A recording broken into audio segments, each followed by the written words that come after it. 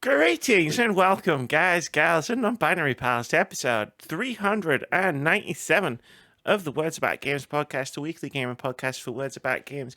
I'm your host, Amy K. Alexander, and I'm joined this week by the dancing one himself. It's Mr. Daffy Moody. Doodly doodly do, everybody. I hope everyone had a great long weekend. Sorry, Amy. And it's have you been Friday. working for the last 2 days, Moody? Because I haven't. Turnaround sucks, doesn't it? Karma's a bitch, isn't it? I worked 1 day this week. That's it. I worked 2. You working tomorrow? No. What the fuck? Do you ever do any work? Is this why I kept clipping through all the walls in Bramble? Exactly. I'm very bad at my job. Don't tell my You're probably really good at your job. You just never seem to turn up.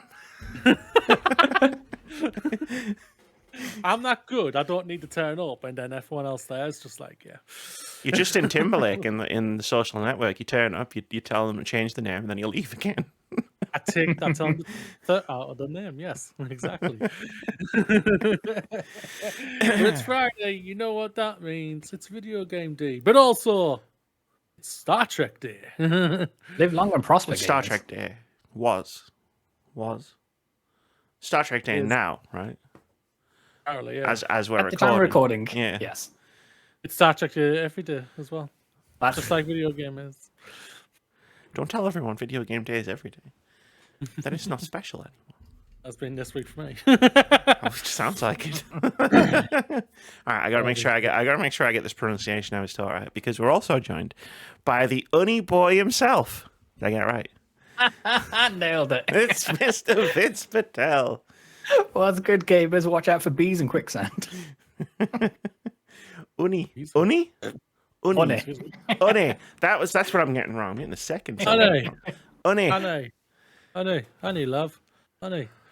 Honey, sweetheart, could you guys me have some honey, love? No, I suggested maybe Vitz was covered in honey, and I was taught a whole new way to pronounce the word honey over the weekend. So. Honey. No, we had so much fun playing Lethal Company. And os. Yeah, os as well. Which is horse, apparently. Yeah, H's are optional, as it turns out. They don't like H's. Uh-huh.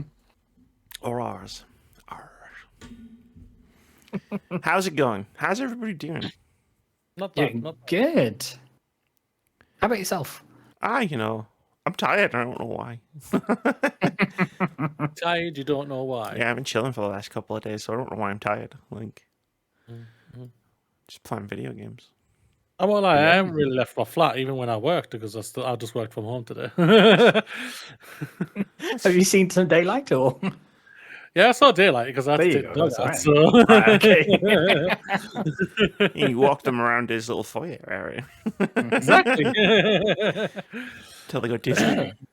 Life is good. X-Men 97 was fantastic this week, and as we alluded to, we've got shiny new episodes of Star Trek Discovery, the 5th and final season, which will come out of this week as well. So happy days. I Blueskyed this out, but because I don't know if you say tweet for Bluesky or whatever, I don't care.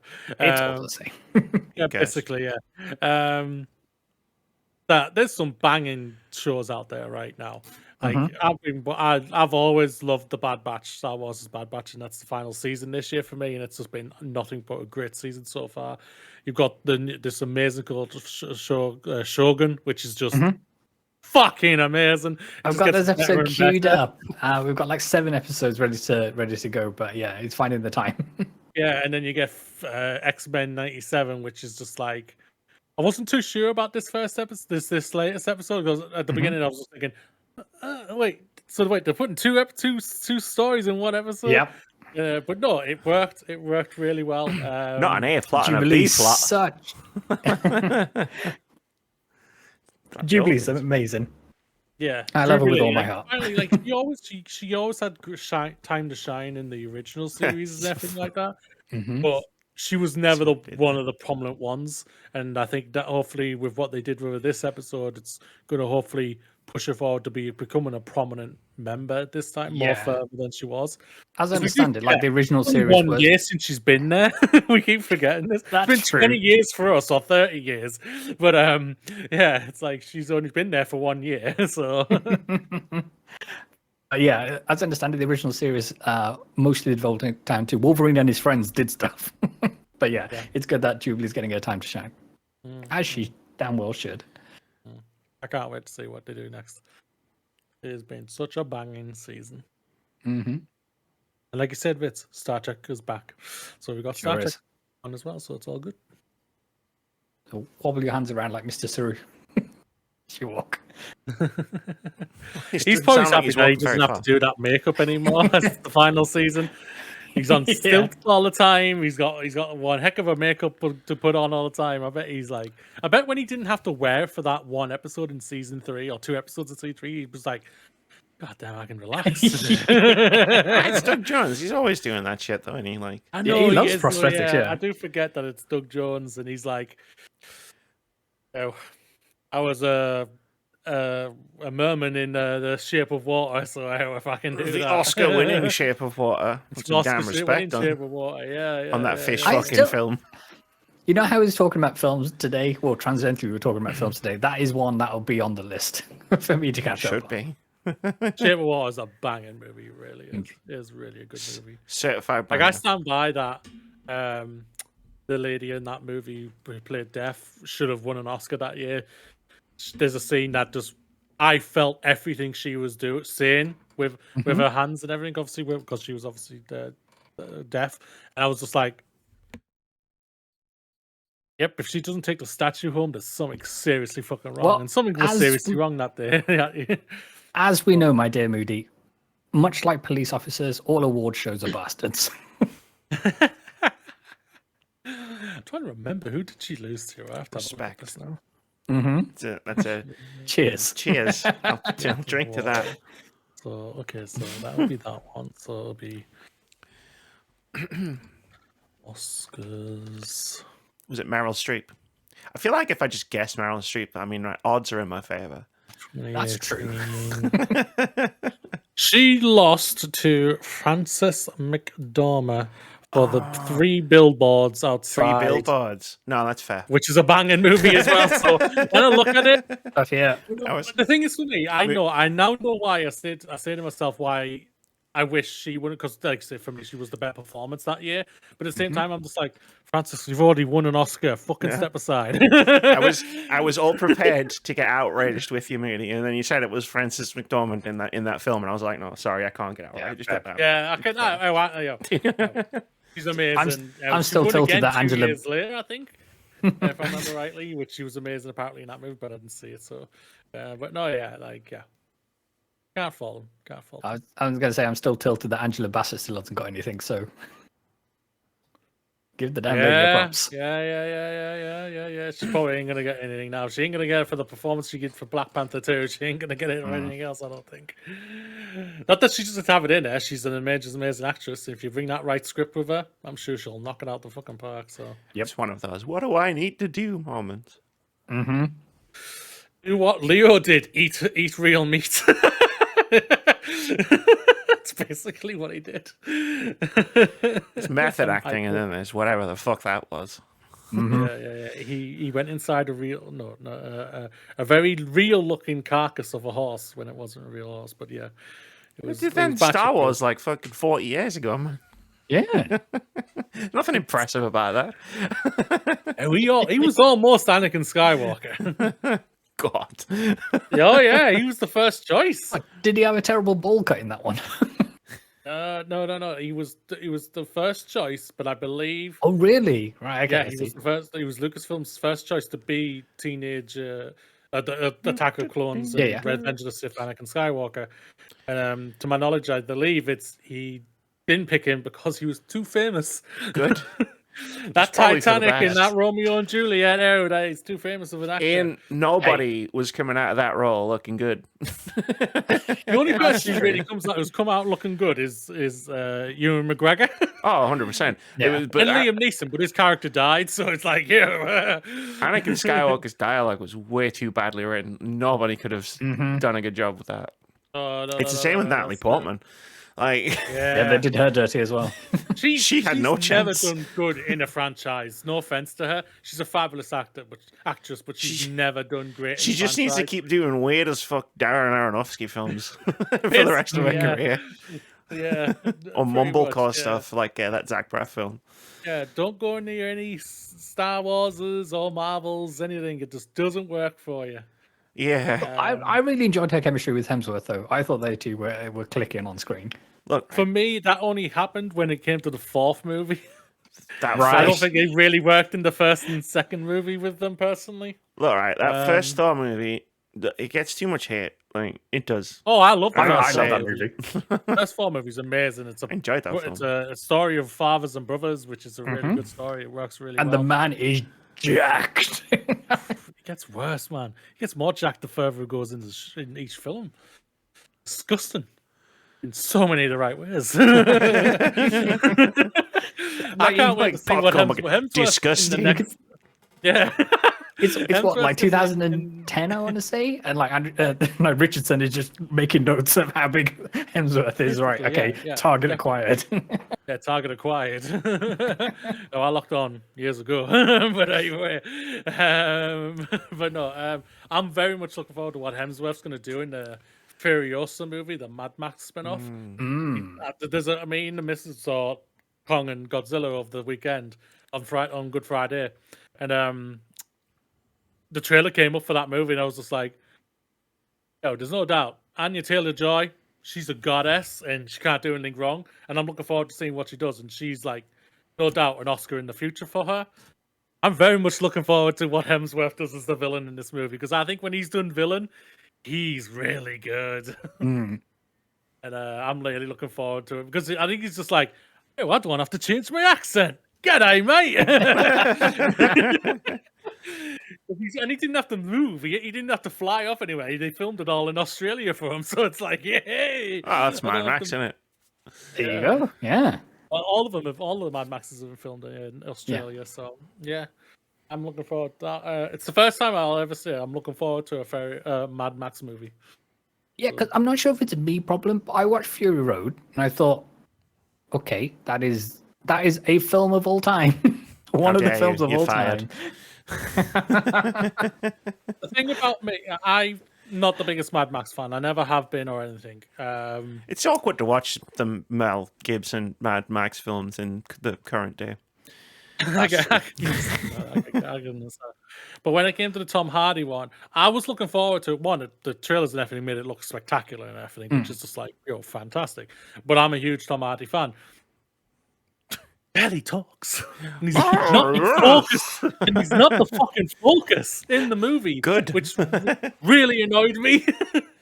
And I was just like, and when he goes off to go and fight this baddie, I didn't see none of it. We just saw the explosion. And I was just like, I'm fucking out. I'm out. I left it. Damn. And then I just left. Can't believe we didn't get to episode 400 before I got to look for some new podcast co-hosts. I know, right? I had to find a reason not to do work. GG. But the kind of funny team are doing they're going to start their review series soon, so I'm sure we'll rewatch them and maybe we'll have a more pleasant take on Fury Road, where, as far as I'm concerned, they drove a tanker all the way out and they decided, oh wait, no, we've got to turn back and drive all the way back. It's not that deep. You're thinking too much about it. You don't go into a Fast and Furious movie with that level of. This is true. That level of, I don't know what the fuck I'm. All about the family. This Vin is Diesel goes another... and The Rock, he was clearly definitely on set with him at the same time. It's definitely not green screened. Oh yes, it's all like yeah brother, and then they drive cars really fast. That's the that's the whole thing. One thing if you go in looking for anything else, I'm sorry, but that's on you. The one thing I will say about Mad Max is it's another example of brilliant Australian naming of good things. where it's just completely literal. It's like we've got this Great Barrier in the sea. We've got this big reef. It looks like a barrier, right? Great Barrier Reef. We've got this real sandy desert. What are we going to call it? Sandy desert. We've got this dude, Max is pretty angry all the time. What we call him, Mad Max. Job done. Yeah, simple. Print it, ship it. Don't overthink these things. Yeah, there's no point of overthinking. There's no doubt about it. But I want like the thing that you dropped in the Discord today, Amy, about like that guy talking about movie quotes and everything, or just movies in general. I just rounded off a quote from the Mad Max. I can just think of one for the Mad Max Fury Road one right now. What a lovely day, which is just an amazing quote. That Nicholas Hoult, yeah, he did that one. Which is a franchise movie and everything. Yes, it's not a Marvel movie or anything like that, which is basically the crux of what he was getting at, I think. But no, either way, it's like there's nothing wrong with franchise movies, but when it's all franchise movies, I think that's the point he was making. When everything's a franchise movie. No, it isn't though. That's not. I mean, did you not just go see Godzilla versus Kong called Kong the New Empire this week? That's a double franchise movie. There's two franchises. But all I said was not everything is a franchise movie. I know. Okay, that's right. It's just the prominent movies are franchise movies. How was the Monkey and the Lizard movie? Dumb fun. It was dumb fun. Like, yeah, I can't ask for much more. It felt like it kind of like it took its time. It's like we're there to see one thing, and that is a monkey and a lizard team up to fight an even bigger monkey and a lizard. And it took a while to get to that team up. Right, okay. And I was just like, oh no. And then they Michael Bay just at the end where just like, gotta get to the end, guys. And I'm just like, what? No! What I've done. Yeah, something like that, yeah. But no, yeah, it was dumb fun. Like humans are nothing important. Like deep down, like I've seen like some reviews say a lot of humans died this movie. Thank God we're not there for them. It's like we see a monkey and a lizard. It's like the Millie Michael Bobby Brown Bay. show up for this one, or was she dead already? Which one? Millie Bobby Brown. Wasn't she in the No, last she's one? not in this one. No. Okay, fine. Yeah, her character's somewhere else probably. She was watching on the TV. Okay, right. Maybe I don't know. It's but, like yeah. it's like fucking the Transformers films where they're like, "Oh look, here's Megan Fox. Oh look, here's Shia LaBeouf," and I'm like, "Give me giant robots that turn into cars and punch each other." Yes. Yeah, basically, yeah. Yeah, that's the thing about it. But no, by the end of it, I was also like, give me Godzilla -1 for fuck's sake. Yes. I want to see that so much because like when everyone says they've done it right. The humans are right in that movie. I'm just like, what? Why? Why can't we get it right over here? Don't give us the thing of money or anything like that. I'm just like, yeah, but yeah. I'm looking forward. I can't wait to see that movie. But no, it was dumb fun. But I know what I was going to get with that movie. Just like I got like I'm a massive fan of the Pirates franchise. I love those films. Even they're bad. I know some of them are bad, but I love them. I always have. And Astronaut meme. You mean they're all bad? Fun? They always have been. First Hey, one's not bad. it's not. It's good. It's fine. I like bad things. I like bad things. Yeah, we know that. We yeah. all like bad things. Absolutely. Yeah, that's the thing about it. That we know are But no, bad. yeah, it's like I knew what I was getting, so like I didn't leave the film really that disappointed. I had some things where I was just like, why did it take so long to get to that team up, man? Come on. It was really funny. I just thought it was really funny where it's just it's not a Godzilla movie, it's a Kong movie. It's basically more than anything. It's just, I'm there. I'm on Team Godzilla all the way. That's who I'm there for. yeah, he's in it. He's in it. He's doing things. He's doing things. I can say that. But it's more a Kong movie, which I have no problem with because when the thing is, what I look when Kong met up with the other gorillas. This is not a spoiler. That's in the trailers. You can't miss it. You know what everything is going on, and there's no dialogue whatsoever, and it's fucking amazing. It really is actually really well done. Well, I'm just like, yep. We know he's gonna punch you, and he don't even know, and he hasn't even punched you yet, and everything like that. It's really, really well done. And then Godzilla's just going around, it's like, I'm the king. I'm the king. Damn right he is. Yeah, man. I think I'm gonna go to Dev Patel's Monkey Man for my monkey movie this summer. Oh, I can't wait for that. I think that's out tomorrow. Yeah, the premiere was last night. I tried believe, it today for this episode. But yeah, that's getting bangers reviews to what I'm hearing. So yeah, I can't wait to see that. A 3-minute trailer for a 2-hour movie. I was thinking, normally it's like a minute and a half trailer for a 2-hour movie. No, let's throw all of it on. But yeah, apparently it's really good. I'm looking forward to that. Hell yes. So video games? Video games, yeah, it's video game day. I hear they're cool. Bring back your movie I hear they're podcast on cool. your own time, Moody.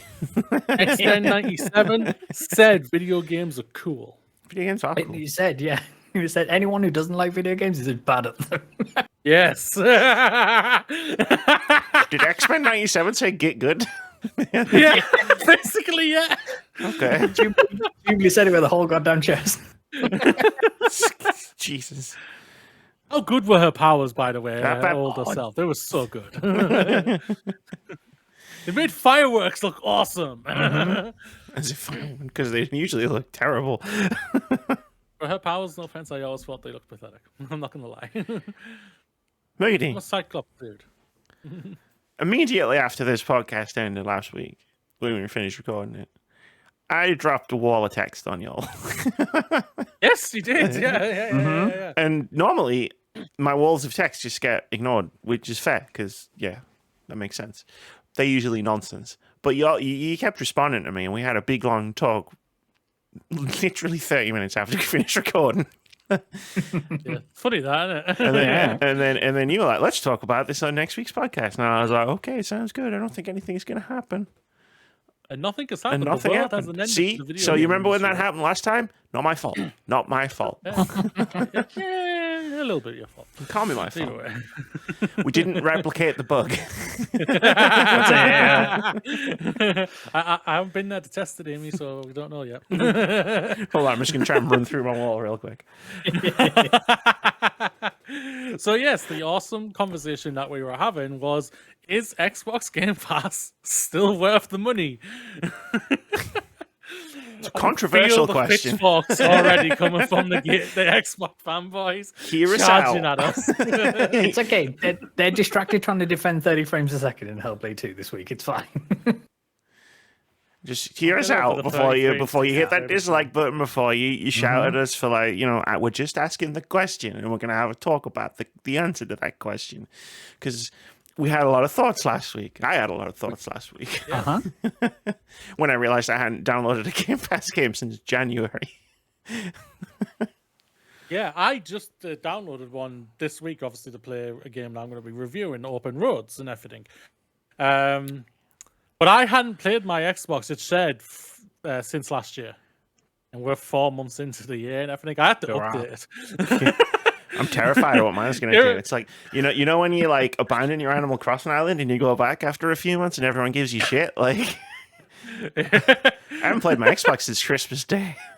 You're gonna wait for You're gonna turn it on, and the spiders are gonna run out of the panel part. Like, it's too hot. Get out of there. Basically. So yes, is Games Pass still worth the money to this day? Yeah, it's a Who very. wants to get the pitchfork for it? Who wants to say the controversial thing?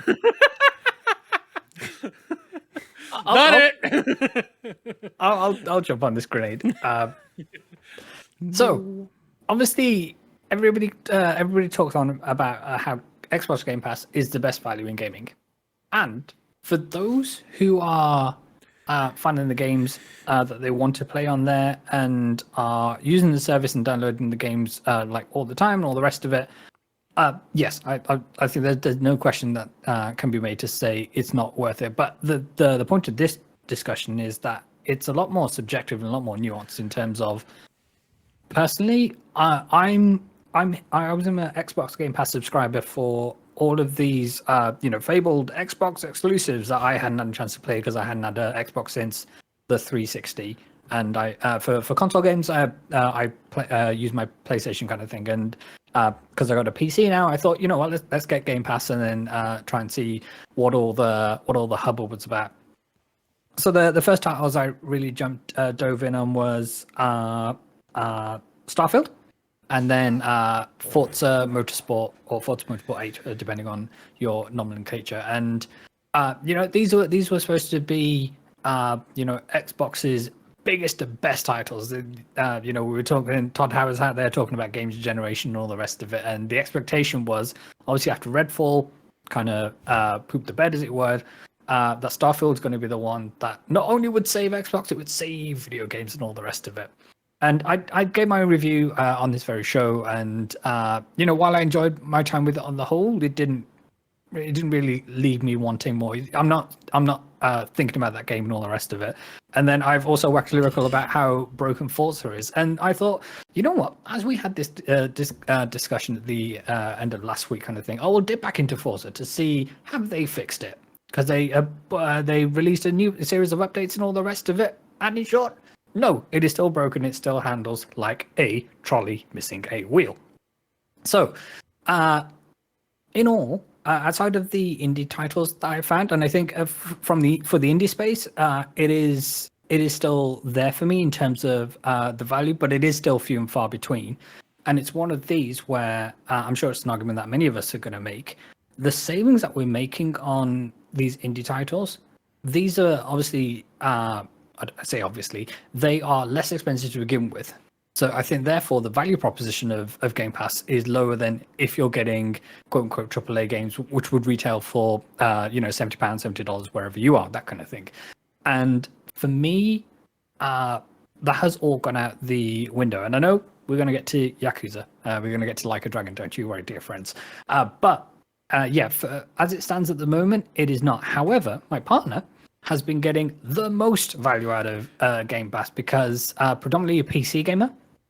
Now they're going to experience some console titles, which are being played on through her PC, and she's having access to all these titles where she hasn't had access to them before, kind of thing. So in that sense, yes, there is value in here. I just think it is very subjective, and it's just not for me. And if the banner for Game Pass was this is the best place to play Xbox exclusive titles and games which aren't going to come to any other systems and all the rest of it, and the reason why we're selling $500 boxes for you to play these games and all of them are mid, what's the point? Yeah, and obviously mid is subjective. Like, yes. So like obviously, yeah, I mean, we've talked about Game Pass. Hey, it's a great deal. You get all these games and you subscribe and you play them all. And like, there was an anxiety running through discourse a while ago, which I remember us touching on, which was they're going to jack the price up. There's not going to be as many games, and as me and Moody both said at the time, was just like, who cares about that right now? Like, yep. That's future Amy and Moody's problem. Mm-hmm. Unfortunately, I think we are now future Amy and Moody because you're correct. Like, I didn't play. I played Redfall. I played it because I had access to it, not because I wanted to. I was like, is it that bad? And then I played it, and as Moody can attest, I reviewed it on this podcast. It was that bad. But like, I didn't play an Xbox Game Studios game last year off of Game Pass. Yeah. Like, I didn't care for Starfield. I'm not a driving game fan. Redfall, no, we're not going to get into that. Yeah. And then Hi-Fi Rush, it's just wasn't a game for me. Like, no comment on like the quality of Hi-Fi Rush. It's just not a game for me. Like, so I skipped it. So then it was like, well, what value did I get out of Game Pass last year? And I only really started thinking about this, as you both know, at the beginning of the year when I was playing Prey. And I was like, cool, like, I could download this whenever I want and play it on Game Pass. My, I don't even know how much it costs. Is it $10.99 a month? Ultimate? Yeah, I think so. That was around $10.99 subscription. Well, Prey is on sale for £2.49 everywhere. Exactly. And I was like, am I getting good value for money out of this? Like, what was the game you played before that? Oh, it was Yakuza Like a Dragon. That's a AAA game. That's really expensive. Literally goes on sale for the same price as a Game Pass subscription and takes about a month to get through at a normal pace. So it was like, well, hold on a second here. The tipping point really came. I'm telling a story, like, whatever. We'll get into that discourse and stuff. It's $13.99. It's $12.99 a month for the Ultimate. All right, cool. Like, it's got. Like, this is the thing, because I've been a forever subscriber. It's the only streaming service where it's like, I want it because at any given moment I might download something and play it. Like, my streaming services, like my watching like movies and TV shows, like I'm the person who like subscribes for a month, watches what I want to watch, cancel. Like, free trial, I'm in. That means I'll focus on watching this stuff on this streaming service, and then I'll cancel the trial. You know, that's me. But with Game Pass, I've had it for years. Like, literal years and uninterrupted. And yeah, like, after I finished Like a Dragon, I was like, cool, I'm going to play Infinite Wealth. That's not on Game Pass, it's fine, I'm going to buy it. I'm super invested in this. But then I was like, at some point, I'm going to want to play these older games. Like, the moon's going to strike, you know, and I'm going to be like, cool, I want to see what all the fuss was about with those first 7 games. And they're all on Game Pass. Great. That's awesome. And then they all went on sale on PS5. Yeah. And they were $3.99 each. And I was like, cool. So, like, that's like a month and a half of Game Pass. It's definitely going to take me longer than a month and a half to play all of these games. There's 7 of them. So I just bought them. And now I have them all on PlayStation. And it's like, what am I using this service for? Like, I get the indie discoverability thing. It's great for that. I don't need I am an indie discoverability machine. Yeah, absolutely. We have a segment on this very show. Indie discovery. Like, sure, like Game Pass has popped up some games and it's been like, oh, I didn't know about that one. That's great. But I can get that experience of like seeing a game pop up on Game Pass and going, oh, that looks really cool, without actually being a subscriber. Because if it turns out I want to play it, I'll just buy it. Like, because like the indie games, as you say, Vitz, they're not that much more expensive than a Game Pass subscription, and the money is going to the indie developer, not to Xbox. Yeah. You know, cuts, and storefront cuts on whatever storefront you're on and stuff. But like, you know, like I'm directly supporting an indie developer as opposed to downloading a thing on Microsoft's Game Pass service. Subscription, yeah. Is what I mean by that. And it's just like it's all come to a head when I was like, I've played Turnip Boy off of Game Pass in 3 months and 1 week. That's it. Yeah. That's all I've done with it. It just sits there on my desktop and on my Xbox, which hasn't turned on since Christmas Day. Because the YouTube app on Xbox is also terrible. So yeah, that's what kind of sort of made me think: is Game Pass worth the money? Like, and I can sort of see like when Hellblade comes out, I'm sure that's going to be a $70 game. Yeah. But like, I'm just pay 1 month, play that, and then dip again. And I'm gaming the system. And who's that going to support? It's not going to support Ninja Theory. Nope. Yeah, basically, I bet there's a lot more people out there that are doing or thinking of doing what you are thinking of doing, Amy, like what you just said when it comes to your streaming services and everything. And it's so that goes to the part of where we always say, well, the Xbox Game Pass numbers never seem like they're really going that high, because they're always fluctuating. Yes, they got a bit of a high from Starfield. They were always going to get a high from Starfield. I think there's around 34 million they've said now, or something like that. I think the rumored numbers is, which is all great and everything, but at the same time, it's just like, you want to be at 100 million. Yeah. And I know this is a lot. This is a long-term plan and everything. But you're not even halfway there yet, and I bet that number hasn't moved that higher compared to what. It's probably gone down. Like people who sub just for Starfield and then bounced, because it's like, well, I'm not going to play Forza after Starfield. They're two completely different games, and as they might have also thought. They might have also thought the mentality what you said is that wait a minute, what? Wait, so Game Pass, I'm paying this much. That's only at that much now. Starfield's only at this much now. If I pay just that little bit extra, I can get it, and I don't have to worry about Game Pass, and I don't have to pay extra for the next 3 months to cover that game. Yeah. You know what I mean? Because the gap closes. The more months you subscribe to play a game, the gap of like how much money you saved closes. Yeah. There's no doubt about that. And if you go physical, that's even better for you, basically, because you're supporting the physical industry. Please support the physical industry. I like game preservation. It's a good thing, actually. And you can guarantee to say, I own this. Also, you've got a box and you own boxes a are license to it, Yeah. But it's not going to get removed from any digital storefronts or in front of you. But yeah, no. And then obviously, as we had this discussion, and Vitz, you told me about, like, Lauren's getting lots of value out of it. And it's like, it is kind of good for that thing of there's a bunch of games that aren't new releases that I want to play all in one place. That's really cool because, yeah, it makes sense. Like, if you were to sit down and maybe say, you know what, I've never played Fallout, like, I might just subscribe. And I know, like, again, it goes back to the thing of, like, you can get most of the Fallout games for, like, less than a tenner. As long as you don't want to play 76, which don't play 76. And I'm talking, like, the whole series is, like, 10, 15 quid, like, if you just wait for sales. But, like, if you just want to, like, subscribe, play some Fallout, maybe, like, break that up with, like, whatever else is on the service. But, like, as a thing, what Xbox wants it to be is a thing for, like, new releases, right? And I just don't know if it has that value. And I don't, because of the way video games work, I don't know if it's ever going to have that value. Like, if they want to hit 100 million subscribers, they're going to need a brand new game to come out on that service every single month to stop people from unsubscribing.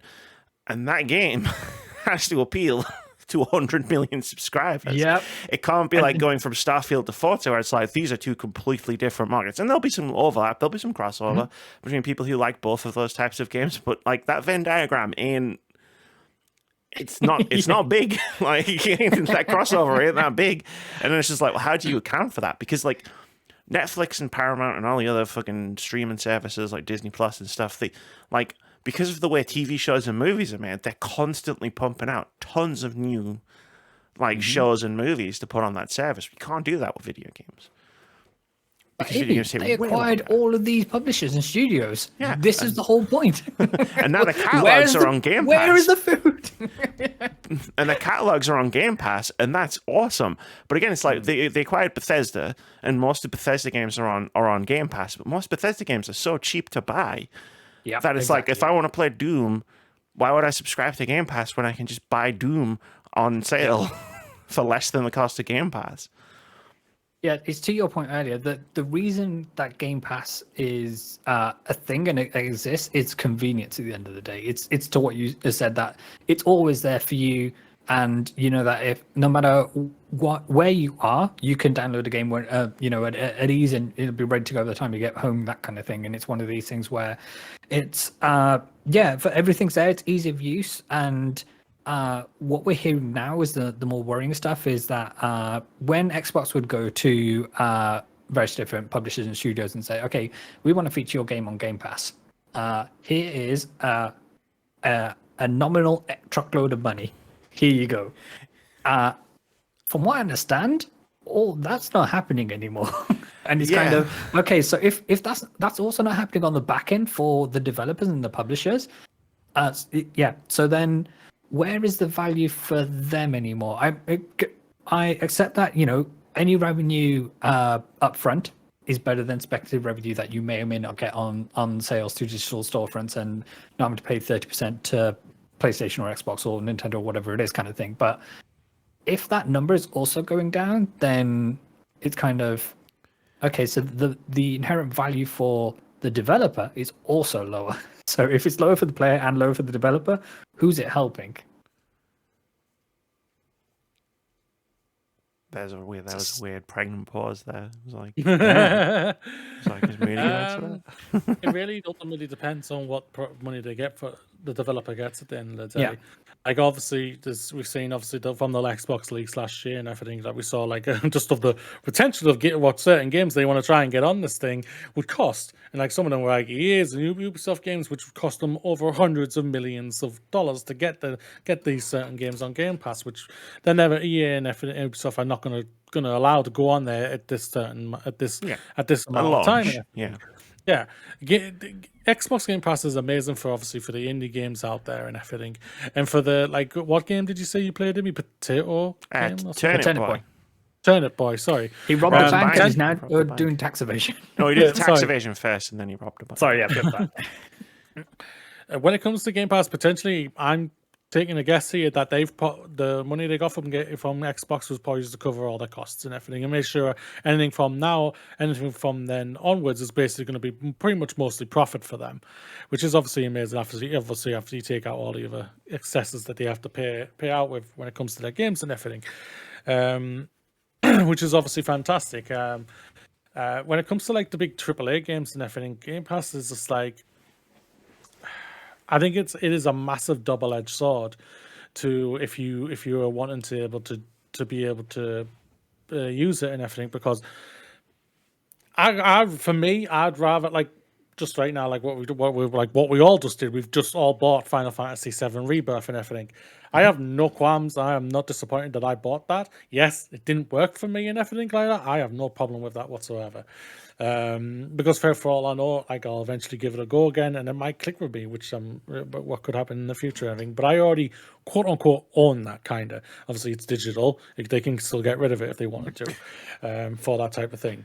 I don't really, but ultimately, I also don't care about that when it comes to it. On my side, if that happens, I can understand why other people would. But like I said, my intention was to play Starfield last year. I never played it. My intention was to try Forza last year, like what you did, Vitz. I never touched it. Like I said, I didn't turn my Xbox on until now, which is insane. And it didn't get turned on for since last year. And my thing is more of just like Game Pass is a great thing. I think it's all a universal thing. It is a great thing out there. All these games there, and for the most part, you can get something for everybody on them, which is fantastic. My biggest thing is like, which I can kind of get, which is really weird when I'm going to say this, is that why do I need this when I'm tapping on the box? I don't think I really need that anymore. Which again, I don't think is a problem either way, because Microsoft have been a software company for 50 odd years or whatever, and everything. So my thing is like, for me, if I ever want to use it, I'll probably just go on my PC. I'd rather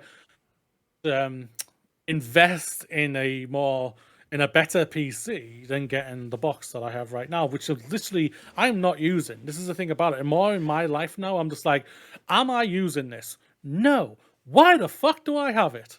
Like I can see it. PlayStation 5, I've got it. It's not the exact words Marie Kondo said, but you got the gist. Basically, yeah. PlayStation 5. What? Who said that? You're gonna pay for that? I said give. PS5, I love my PS5. It's the console I prefer to play on. That's just my genuine preference. I prefer the controller and everything. Switch, I love my Switch, but I also just use the Switch for the Pokemon games. But I am okay with that because I love my Pokemon games. It's Pokemon. Like I've got loads of Pokemon games there, and I'm ready to go back anytime I want one. I've just bought a new game on it. For the first time, I actually bought a game on the Switch. I bought Pepper Grinder on the Switch. Nice. We'll have more thoughts on it next week, hopefully. But yeah, it's like, the things I'm using, I get use out of. If I'm not using it, I start thinking in my head, just in my own ADHD, autistic head, why are you here? You're just collecting dust right now. Maybe I should just give it to Amy. We'll think of a price maybe afterwards. If you give it to me, I'll finally be able to play Silent Hill Downpour again, because you can't buy it digitally. You can only put the old disc in. But no, yeah, it's like I get like it's a great platform, it's a great service and everything. But you can't, thankfully, like what Phil Spencer says, he wants it on everything, basically. And we can have most of this, apart from the PlayStation and Nintendo Switch, we can get it on everything, which makes it so much more grander and easy to be able to get along with and everything. So, yeah. I just want to qualify that by saying we still don't have 100% parity by what appears on Xbox Game Pass on console and on PC. There are sometimes some discrepancies which can be super annoying when you're like, oh, this game's on Game Pass. And you go to your PC and try and look for it, and no, it's not on Game Pass. But and Game Pass goes, dickhead. Yeah. No. But then I just go, well, there's my month not gone, and I'll use it to go either buy it on Steam or on my PS5 100%. Or on my Switch and everything. Sometimes he does that before checking Game Pass. That is true. That is true. I'm glad I've got this box. Because, like, what you were saying about parity between games on Game Pass on PC and console, it's like the backwards compatibility library isn't available on PC. It's only available on console. So I own, like, a ton of Xbox 360, Xbox original games that I wouldn't like. If I got rid of that box, I wouldn't be able to play them. Yeah. Like, so I'm glad I have that box. But my thing is like, why do I need the next box? Like, and then from the statements from Phil and Sarah and Matt Booty in terms of, they can come out and say, "Oh, we're committed to bringing you the best games and whatnot."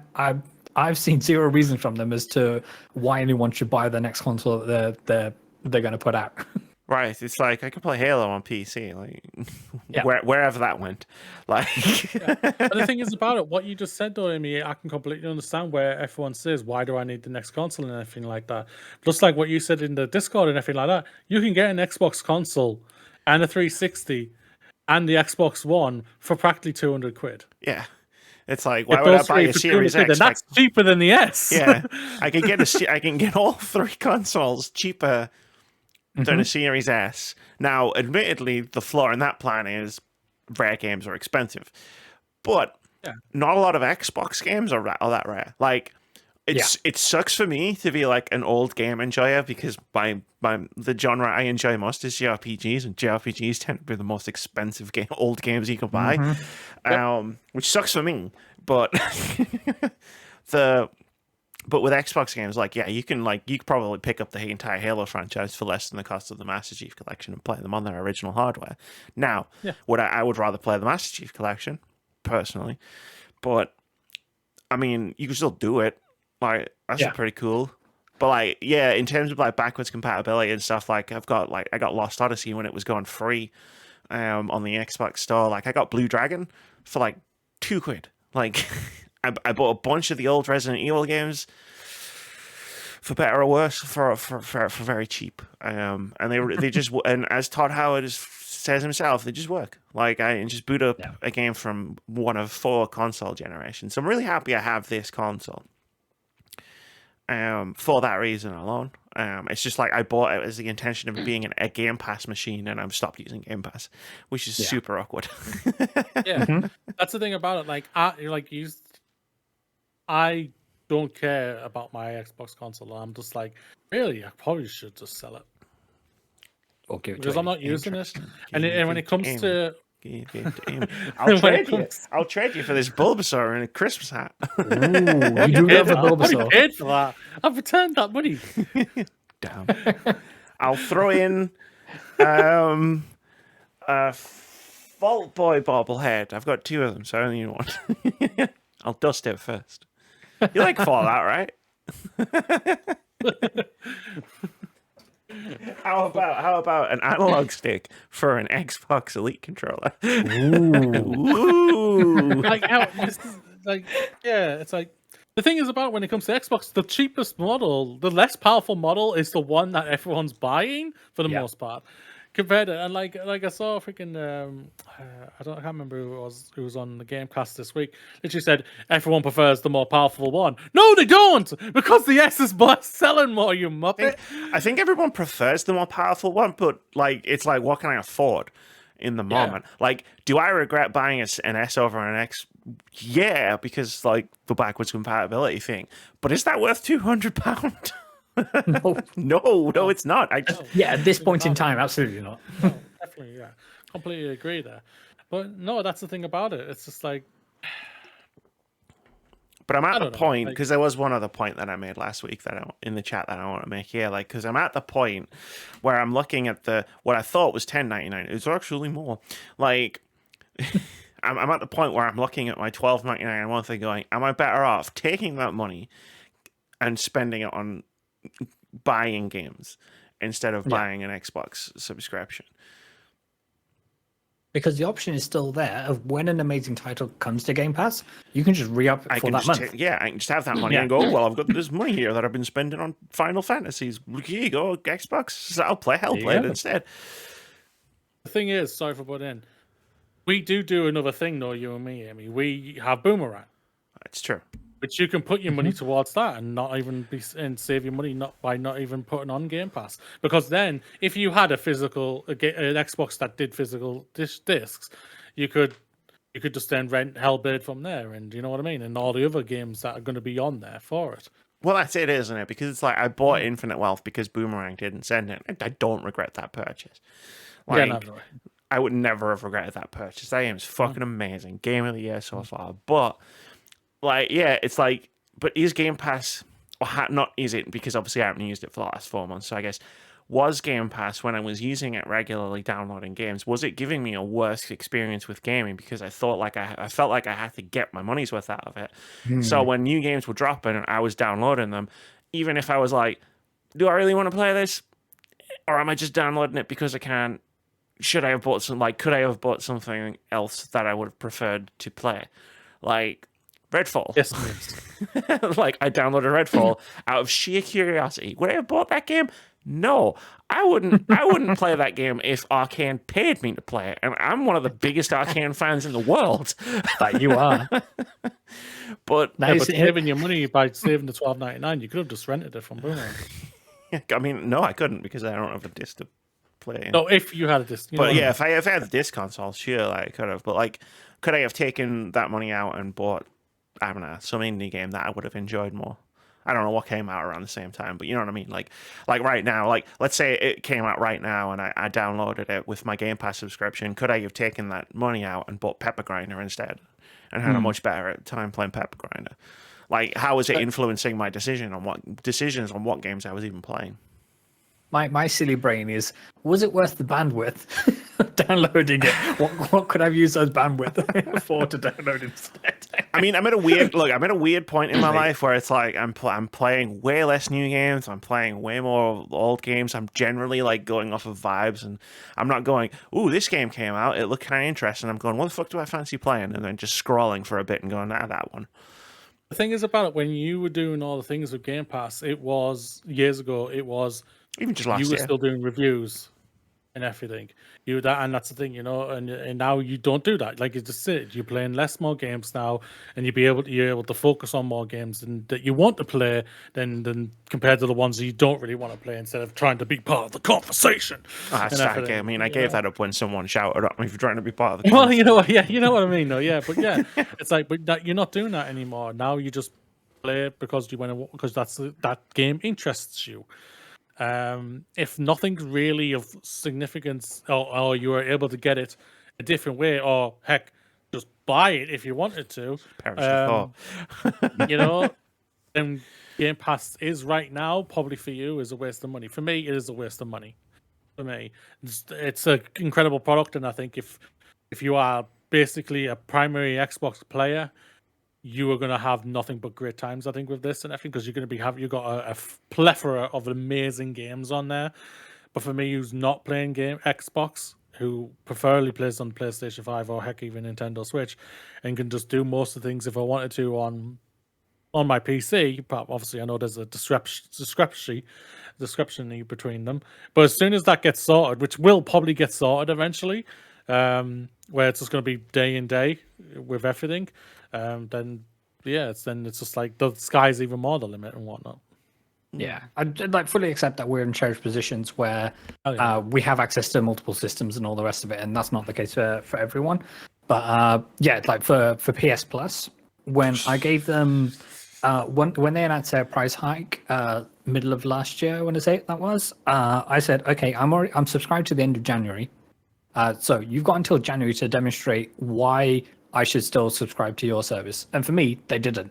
And it's one of these where if my partner wasn't getting the value out of Game Pass that they are getting at the moment, then I'd be cancelling Game Pass. But they're experiencing like Disney Dreamlight Valley, and because I like it. having the and they're having the best time with that game. And it's one of these where, you know, that title is £32 or £33 on PSN at the moment. It's kind of, well, that's a huge saving right there. And obviously they're having the time of their life with it. So in that sense, it's worth it. But for me, I think I would have got the value what I have done out of Game Pass. And then for the Xbox first party titles, which are coming to the platform at some point when they do come out, none of them are really tickling my fancy in terms of I need to stay on the subscription service. To your point, Amy, when they do come around, if they pique my interest, then we'll just re-up for that month or whatever it happens to be. So That's where we are. Because that's the thing, innit? It's also time. It's like I've said on the podcast when you talked about cancelling your PS Plus subscription, like the PS Plus library is genuinely amazing, except for two minor problems. The first one is if you've already played those games, it's not really worth the money. Yeah. And the second problem is like it takes time to play games, man. Like you might be paying an entire month subscription just to play Shadow of the Colossus, you know? Like it takes time to play that game. So yeah, there's that, and it's just like, yeah, it's like I guess what's happened is, apart from the fact that I'm not like trying to review games, even though I still review games all the time, is that compared to what you used to? I've learned patience and like wait for sales. Like the funny thing is like we talk on this podcast about all the games that come out and on day one they're fucked up and they don't work, frame rates, glitches, bugs and stuff like that. It's like just wait 6 months and you're gonna get the best version of the game. Like my friend I was talking to who's started is like third playthrough of Baldur's Gate 3. Like I think it's all he's played for the last like 8 months. Fair play. That's amazing. Absolutely love that for him if he loves that game. I Our love that boss game. is doing that. I mean, I just asked. He's on his second playthrough right now. I love that game. I will play that game again. Like, but every time I think, ooh, maybe it's time for me to replay Baldur's Gate 3, I just think they're still adding stuff to it. Like, why would I download it now? Like when the ultimate version of the game like isn't the one that I currently have access to. And like I've noticed a lot of games are doing this recently and it started to piss me off a little bit. Not in the way where I'm like, damn you game developers, but just in the way where I'm like, hang on a minute. Like, am I just a mug here? Like I'm getting these games and I'm playing them like day one because I'm excited to play them. Like Alan Wake 2 is a perfect example of that. And I fucking love that game. I love my time with it. But like a week after I finished it, they were like, "Oh yeah, we've patched it and the ending's different." And I'm like, "What?" Like what? Yeah, they've like added scenes to the ending like right after it came out, and I was like, "Dude, no, what the fuck?" Did we talk about that? I can't remember that. I don't think we did. No. Do you remember when we reviewed Final Fantasy VII Rebirth and we were bemoaning how bad the traversal was outside of the Cosmo Canyon? Yeah.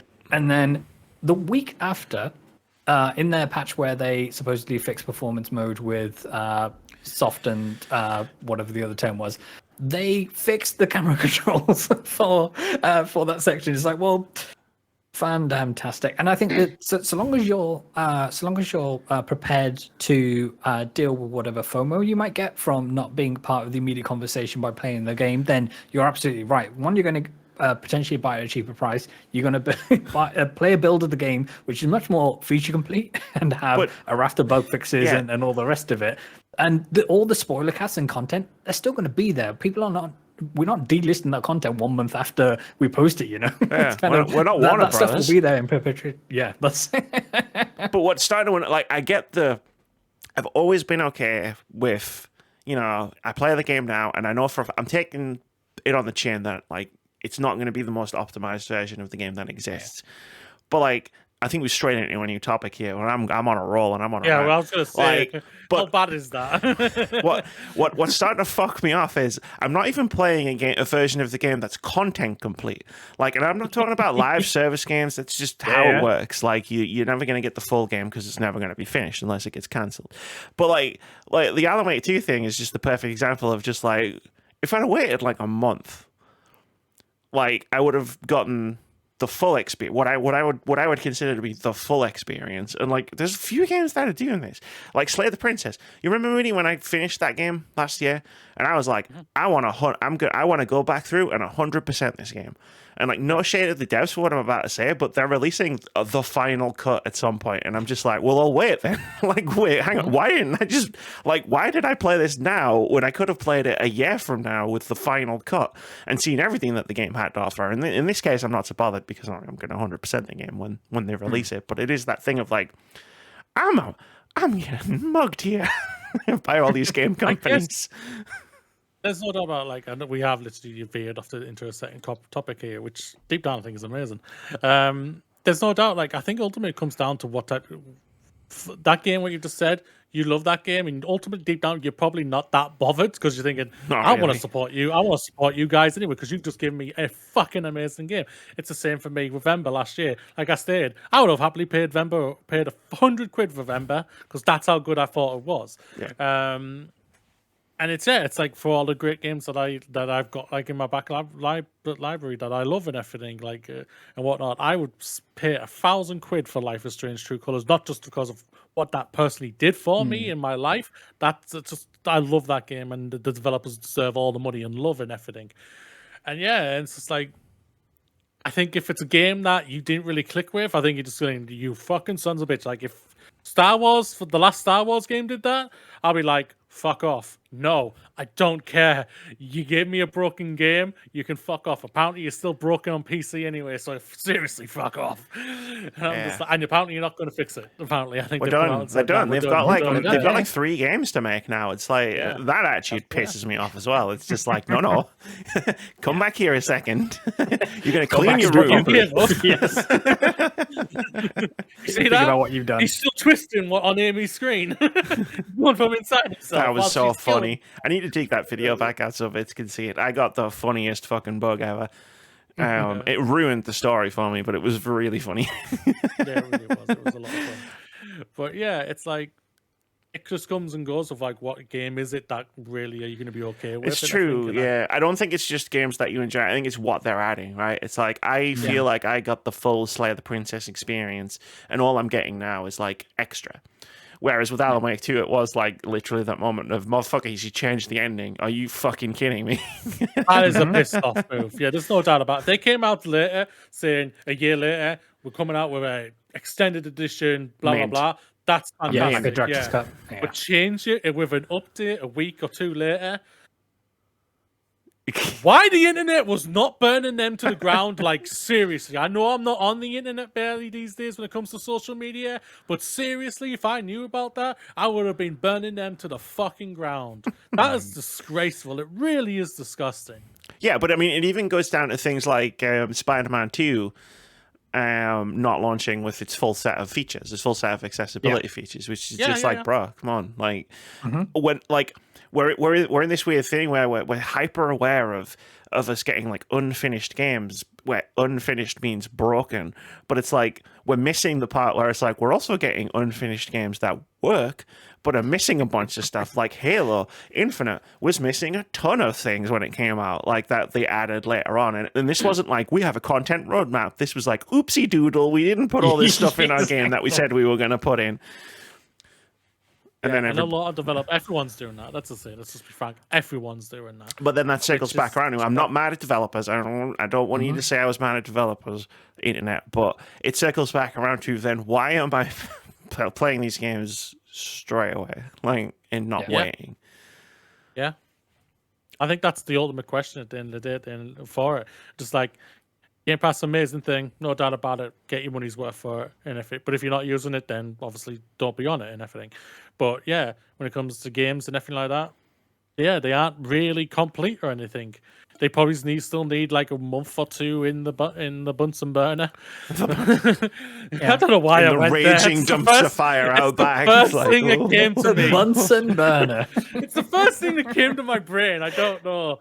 And just just add this. This isn't just a dunk on Xbox. I know we touched on the topic of PS Plus, during our discussion there, but PlayStation is, they're not doing things quote unquote right, for me anyway. So like Tales of Conserva is coming to the service, but it's coming to the extra tier, which I believe is one up from Essential. It is. So it's not even coming from the base tier, which I would imagine that the majority of people are sub to. And it's one of these where I get you trying to upsell these people to the extra tier, but again, for what you're delivering on the extra tier, is it worth it for people who are playing quote unquote the most up to date games and all the rest of it, and then do you then lose some of that inherent value which you're providing to your service? So I don't think anybody's totally cracked it yet. So this isn't just solely a dunk on Xbox. No, no doubt about it. I think you're spot on there. Especially the second I think part. they did that with Sea of Stars last year. Wasn't that on the it was middle on tier? both. Yeah, so I mean, there was a few, wasn't there? There was Chia was on there. There was that game that popped off for a minute. Meet Your Maker, I think it was. Like, there was a few games where PlayStation have kind of adopted that a little bit of a Game Pass policy, where it's like sometimes some indie games will launch on PS Plus, not many, but it launches in that Game Pass tier, which is like the middle tier. And don't even get me started on premium. We haven't got time. I was so excited, and my disappointment was immeasurable. Yes, I can imagine. This is it. PlayStation, simple way to fix it: combine them all. There, done. Get rid of the fucking tier system. It's pathetic. It's shit. Have the Xbox. You don't even. In fact, it doesn't even need to be as complicated as Game Pass. You need 2 tiers. 1, the cheap tier for people who just want to play multiplayer games. 2, the main tier for people who want games as well. You don't even need a tier that has PC games in it, because all your PC games go on Steam. I'm never going to have a tier for PC games. Exactly. So you don't even need that tier. Yeah. Core and Plus. There you go. PS Core and PS Plus. There you go. Fixed it. There you go. There we go. And don't promise me cool old games and then release fucking nothing on your stupid service. I know it's not all your fault. All of the cool games that were on the old PlayStations weren't made by you, but still, you promised, and I hate you for it. Thank you for putting that thing in for Tales of Kanzana. Tales of Kanzana. In the thing, because I didn't realize that until you put that. I'm just like, oh yeah, I wanted to give that game a go. Now I know it's going to be on PlayStation, my preferred platform. I'll happily just buy the essential or whatever the tier I need, extra, just for that month to play this. I have no problem with doing that. Even though if it's going on that, I'm guessing it's going to be going on Game Pass, maybe? No. I haven't heard anything to that effect. Yes, but not straight away. It's an EA game, right? It's an EA original, right? So it will come to Game Pass probably before the end of the year, maybe. Don't quote me on that. Because you've got the EA Play thing rolled into Game Pass. Right, yeah. Dead Space is on there, like the new one. Like, you know, when I was capturing the Dead Space footage for my video, it's like I'd search Dead Space and there was 2, and I was like, which one is it? Speaking of Dead Space, I've had an urge to go back and play that. Like, just do New Game Plus with all my upgraded weapons and just smash through the bugger. I mean, like, I have an urge. I have an itch. I do kind of want to play the remake. Look, I'm never touching the original again. Like, I did the plasma. I did the plasma cutter only run, and I was like, I am never touching this game again. I did that, and that was enough. Yeah, you saw me suffer on it. I did. It's true. I put it in the video as well. The video was great. Let's do a quick indie game of the week, shall we? I'm actually like It sounds bad. Like I'm always really excited to share with you what cool indie games that I've found. Like, I have a document on my phone with a list of all these cool indie games. Like, I'm not just like finding them week to week. It's like, no, these are all the games that I've found that have been announced. Like, I have a backlog of them. It's great. But I'm really excited to talk about this one because I saw it and I was like, this looks like a Amy, Moody, Vitz, and Ryan get on Twitch and fuck shit up game. And it's called Jump Ship. ID at Xbox did this thing last week where they were like showed the press 4 upcoming games from their indie development partners, and this was one of them. And it's basically, imagine Phasmophobia or Lethal Company. It's like a 4-player co-op game, except you crew in a spaceship and you're doing all these missions where you like fly to a place, and like you fly the ship, you crew the ship, you get out of the ship, like run around on the planet, do the mission, shoot things, get attacked by pirates, things are on fire. Like, I saw at one point they were fighting like bad guys, and like someone's flying and someone's on a turret, but then someone else was like, fuck this, and ran outside the ship with a rocket launcher and was like, hell yeah, brother. This game looks pretty cool is what I'm saying. It looks cool for us as well to play. Question. Uh-huh. Are there any bees or quicksand that I need to worry about? Potentially. I don't know. It's not out yet. Okay, fine. In space, no one can hear you scream. Hey, we've been jettisoned out to space many don't worry times. about that. Well, yeah, no, but you can like, so space is a place you can go on spacewalk and stuff. So like, I imagine like maybe you have to like repair shit, or like I said, like run out onto the hull and shoot like spaceships, like to try and shoot them down and stuff. Like, it looks like fun. I love that we're past. So like, Faz came out and changed the game as far as 4-player like co-op games go, and I love that we're now past the point where it's like developers are making Faz, but our version. Yeah. And now it's like, what can we do with this formula but different? So like, you get Lethal Company, and you get now this, which is like the sci-fi spaceship version of this. Well, maybe in near future we'll come to a long charity stream that some of our friends may be putting together. Because I think this will be a great addition to it. Yeah, I don't know when it's coming out. I did see that it was coming to when it comes out, it's coming to early access, which makes a lot of sense for a game like this. Yeah. But like, I'm very excited to give this a look with my gaming gang. Add it to the wish list. My gaming crew. Go at it with a wish list. The link's in the description wherever you choose to listen to or watch this podcast. And yeah, that's Jump Ship. Awesome. Not great SEO to try and search for it on social media, we'll say. Yeah. A lot of people talking about Jumping Ship ain't talking about this game. A lot of racist people. But then I suppose racist people are talking about everything on Twitter these days. Yeah. They're kind of the main user base. But Really on that note,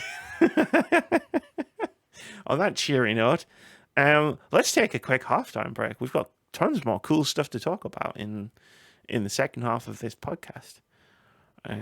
We sure do. We sure do. Back in a sec. Back in a second. When you want? Where are we going? Where are we going next, pals, friends, chums, Bunny Boy, and Dancing Man? Bunny Boy and Dancing Man. Why are younger generations embracing the retro game revival? Yeah, this was an interesting one for me to read. So I found this it's a Guardian article. Shout out to their gaming division for putting together really interesting pieces, and fuck you to their news division for all of the shit that they write about long COVID and trans people. So yeah, there's this thing that the writer of this article noticed that I've actually noticed in the last couple of weeks myself, which is that younger generations like Gen Z, what are they calling Alpha. Alpha. Gen Alpha. Yeah. And even, to be fair, like our generation and stuff, are gravitating back towards like retro games and older games, not just like buying a T-shirt with Nintendo on it or whatever. Like actually like playing them. And it's a thing on TikTok. One of the things they noted, there's the retro gaming tag on TikTok has amassed over 6 billion views. On YouTube, uploads have increased 1,000-fold, and Spotify users are creating 50% more retro game themed playlists than they were at this time last year, and live streamers are doing some weird shit that I didn't understand when I read it. And Vitz is now reading it being like, wait, they're not just playing the games, they're doing some weird shit. But what's fascinating about it was, obviously, like, we're going to talk about it later. For the last couple of weeks, I've been playing Final Fantasy VI, a game which celebrated its 30th anniversary, like, this past week. For the first time. I've never played it before. But I've had conversations with people, and obviously where I work, we've got people of all generations. But like so I was like, we talk about games, and there was a new person who started there, and she started about. We were talking like, oh, you play games? What games do you play? And she was like, oh, Stardew Valley, a couple others, and Final Fantasy, and we were like, oh. Rebirth, because that's a wide topic. Yeah. Rebirth, because it's just come out. We were just like, Rebirth, like that's sick. And like, no, the first one. She's like, she's like young, very young, and it was like, oh, okay, wow. Like, what made you like decide to play Final Fantasy? I was like, well, I've always been interested in playing it, so I thought I'd just start at the beginning. I was like, damn. Even I didn't use that logic. I started with a 6th one. Yeah. But, and then obviously, like, if you've been listening to the podcast for the last couple of weeks, you'll know, like, I brought home a giant CRT television from the 1990s to play old games. And it's like, I've been talking to somebody else I know who's also, like, pretty fucking young about like because they collect like old game consoles as well. Actually buy them from like Facebook Marketplace and stuff, and it's just like there is this trend of like Gen Z getting into stuff like, you know, original Pokemons, original Final Fantasies, like Super Nintendos and PlayStation 1s and stuff. And like not just like getting into it for an aesthetic thing, but actually engaging with the games and playing the games. Yeah. And I was like, this is really cool. Oh yeah. And the Guardian writer is sort of like positing, like, why is this happening? And a lot of people say nostalgia, and I don't just think it's nostalgia. Like in the article, a lot of people say it's nostalgia, and I don't necessarily think it's just nostalgia, because obviously, like, we have that nostalgia. Like when I played Final Fantasy VI, I was like, yeah, this is taking me back to. I mean, I didn't really play games regularly in 1994, but like it's still taking me back to that like old school game, like where it's like I played Final Fantasy 7 and 9. Like I remember this style of game, but like for them, it's not. Like they weren't born yet. Yeah, exactly. As they frequently remind me, because they think my age is like a sore spot, or it's like I'm not one of those people that's like, oh my god, this thing, Final Fantasy VI came out 30 years ago. Oh, excuse me, while my back hurts. It's like, no, my back hurts because I lift things for a living. Like, and age is just a number. Yeah, absolutely. I think it's a mixture of like basically what people go through when it comes to films and everything. Like I think films are like a lot of people like going through the retro films, or like of the 70s, the 80s, and all like that. And I think it's kind of like the same when it comes to games as well. I think a lot of it might help with parents, because like parents might grow up with that, having the nostalgia for that, and they're showing their kids for it and everything. And I think that's basically one of the things that I think that is helping them with it. Like I think what makes this generation, or like the last couple of generations, like be such a nerdy generation is probably more because of like, say, our generation right now, like from the millennials, like because we lived in we had a plethora of such an amazing iconic titles in video games, but also films and everything, but all the way through. And like how Mario's what, 35 years old, 45 years old, something like that, if not more. It's the same age as me. 30, almost 40 years old. It doesn't bother me. Like I'm I not being said. offended. I know it doesn't bother you. Yeah, almost like 40 years old, and like Mario's like just had $1 billion movie last year, and like it's one of the biggest games of all time. Same goes for Zelda. Zelda is a game that's been out for over 30 years. Etc. I think it also comes down to like just that certain franchise at the same time, like and whatnot. So like Resi's had that for a while. I think Resident Evil's had that nostalgia-ness towards the it original from the 90s, games, Capcom. from the 90s. I think Pokemon has that as well. Absolutely. And, yeah, there's no doubt. And and I think it's just like and it's great to hear. Like these are some amazing games that we grew up with and everything, and to hear that people of the younger generation are loving them as well, and that's just great to hear. You know, people are loving these great, amazing games. So yeah, I think good game design I've said it before on this podcast. Good game design doesn't age, man. Like it's timeless, absolutely. And the same applies to music as well. Like some of my favorite video game music pieces, they are from the late 80s and the early 90s. When you talk about Mega Man and what Yoko Shimomura did with Street Fighter 2 and all the rest of it, when music was the beeps that the console made, the beeps and the bloops, absolutely. The beeps and the bloops. Beep, beep, and it's one of those things where it was a beautiful time where the restrictive nature of what you could do by the technology, how that limited people, also made creators get more creative with how they actually went about their things, because they didn't have the scope to get a full orchestration piece done. You've got to do it like in MIDI sound formats and all the rest of it. And obviously, these days, the video game music has evolved and become more grand and to what it is today, kind of thing. But there's a starting point, and I think it's also precious to be able to go back and enjoy that as well. And thankfully, a lot of those pieces are available on streaming services around the world and that kind of thing. But hell yeah, for young people to get Yeah. Oh wow, the siren started exactly as I said that. I'm sorry, I didn't mean it. The sirens on my end. But to this Guardian piece, it's we had the same thing when the Mario movie came out to bring back what Moody just said in terms of, movie critics, quote unquote, they panned this film and they just didn't understand it because it wasn't their wheelhouse. And then obviously everybody who knew what a Mario was and the Jumpman kind of thing, they all came out to see it. And as you said, it's like grossed over $1 billion. And it's one of these things where there'll be some pockets of culture which are completely foreign and to others, and it's interesting to have pieces like this which delve into it, and it is more nuanced than it's just nostalgia, because there's a real connection that these people are getting with these games, and there's nothing but positive things about it.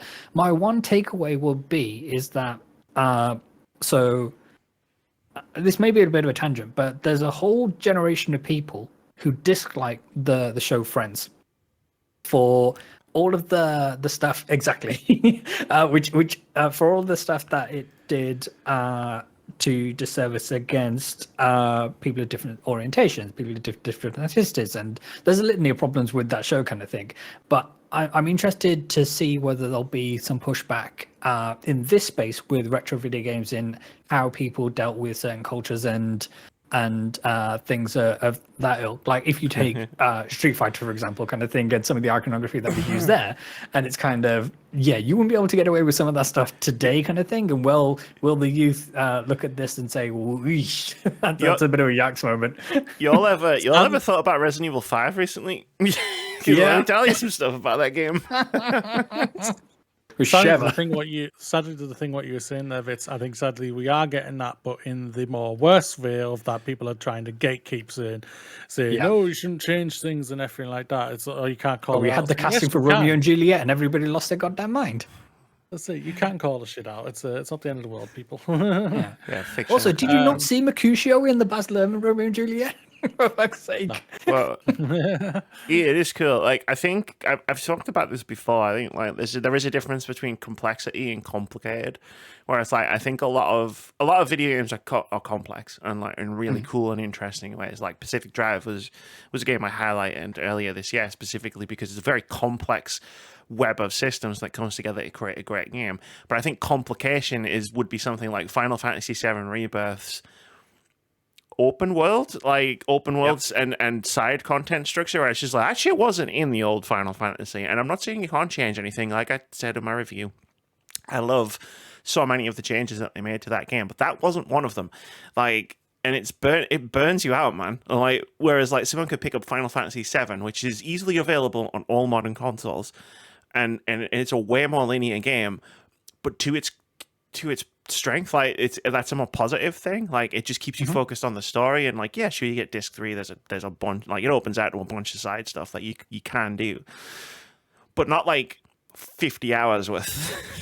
But then I think that there's a couple of design decisions that I know we've spoken privately kind of thing off stream in terms of what we would change, but one of them would just be, so we're getting all these side quests and they're all coming from the same NPC, and wouldn't it just be refreshing if for each different region you go to, it would be a different core party member saying, oh, this is something I'm really interested in here, or I have some lineage here, or I have a connection to these people, therefore this is going to be the driving motivator for you to go around and tick all these boxes and do all these towers and all this stuff kind of thing. But alas, this is what we have.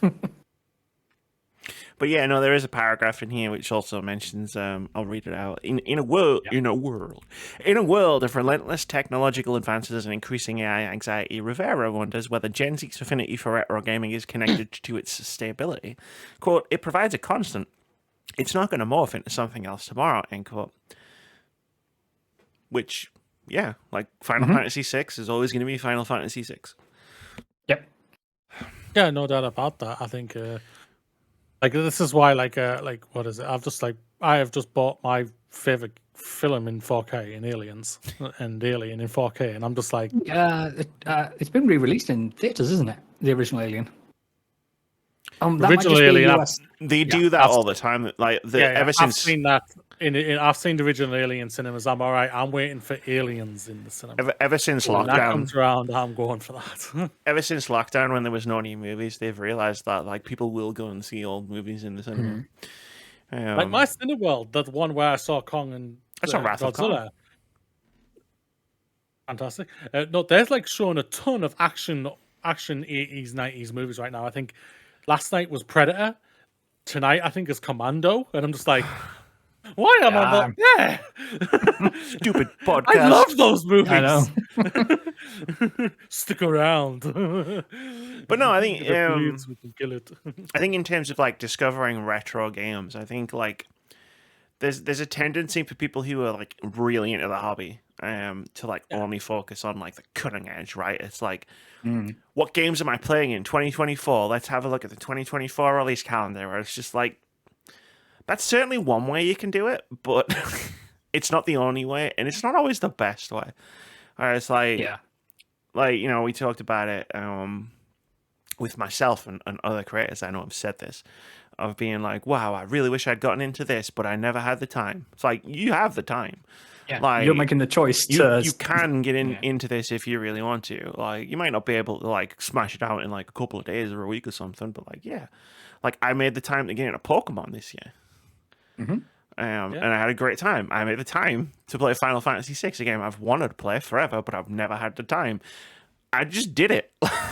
I finished Peach, and I was like, cool, what am I going to play next? I was like, Final Fantasy VI has been sitting on my PlayStation 5 dashboard for 6 months. Like, fuck it. Now is the time. Why not? Like, Final Fantasy 9 might be next. That's the thing about it. Like I on my PS5 and on my Xbox, I have Final Fantasy 9, I have Final Fantasy 10 and 10-2, and the Mass Effect trilogy all installed on both of them, because I know those games I'm going to go back to. Yeah. And I think on the Xbox, I also have Life is Strange True Colors. I haven't got Life is Strange True Colors on PS5 yet. I will be sorting that out. And I'm going for that platinum. I'm going to play that, and I'm platinum that bad boy. Yeah, I looked at the platinum for FF6, and I was like, too much grind. Yeah. Like, the games do come with grind, but like, again, like with the re-release, though, you've got boost mods, so if you can just short circuit the grind by turning the XP gain up.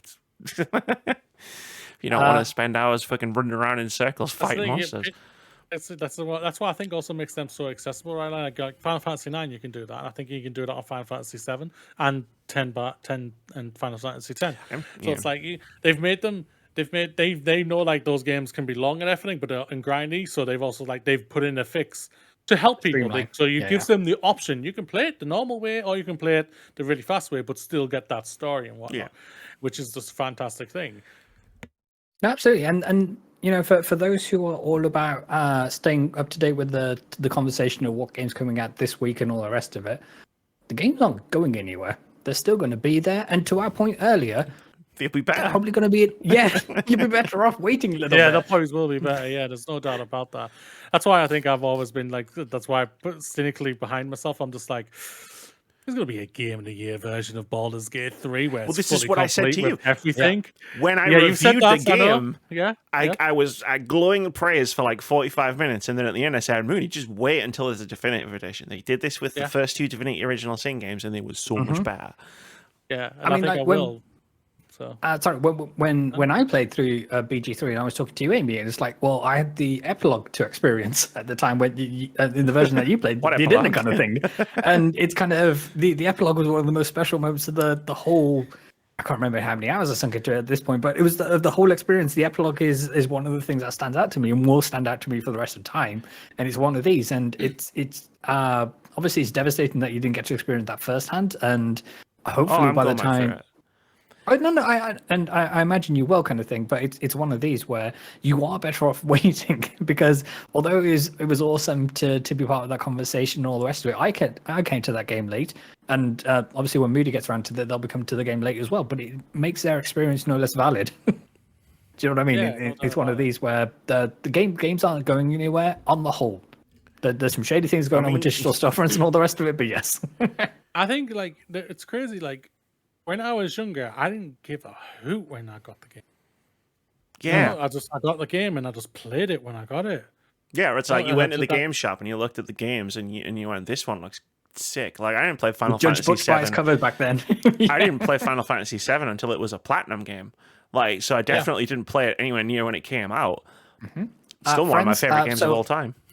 For a game to be platinum, I believe it had to have sold over 1 million copies at that point. Yeah, it came with that. It was the same box, but it had like a silver Strip, strip instead of a black strip. And I think it was like, yeah, it was definitely, and it was cheaper. It was. I picked up many a PS2 title, so I didn't get to a PlayStation 2 since I picked gaming back up in 2003. So by that point, a load of titles which came out like between 2000 and then had gone platinum kind of thing. So I picked up a bunch of games for cheap. It was amazing. Yeah. And those are back in the heady days where a game would come out and there'd be no patches that they could release and no bug fixes. So that, they were made to work from the moment that you picked them up. Yeah, if you needed to patch the game, you had to run a new series of disc printing. Yeah. Like you had to get a different version. Like the next one, like the next phase of wave of releases. Wild. Or I think I remember a couple of cartridges that got recalled. I think that's been a thing that's happened. Like games would get recalled and fixed. I feel like that's definitely something that happened. But yeah, no. Like I remember my copy of Street Fighter 2 on the Commodore Amiga 500. One of the 4 floppy disks was balked. So I remember writing a handwritten letter to US Gold, who was the publisher at the time, and they sent me 4 new 3.5-inch floppy disks. But yeah, no, I mean, FOMO's real. Like the weaponized FOMO is a real and powerful thought.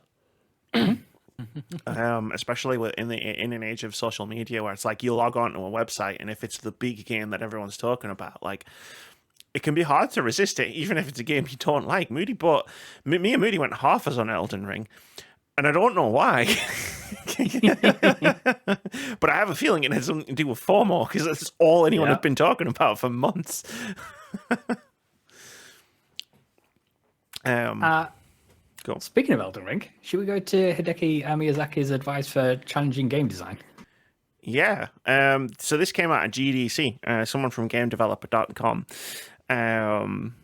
spoke to Hidetaka Miyazaki, director of, among other things, Dark Souls, Bloodborne, and Elden Ring, for insights into Elden Ring's design. Because this design is hotly talked about for very good reasons.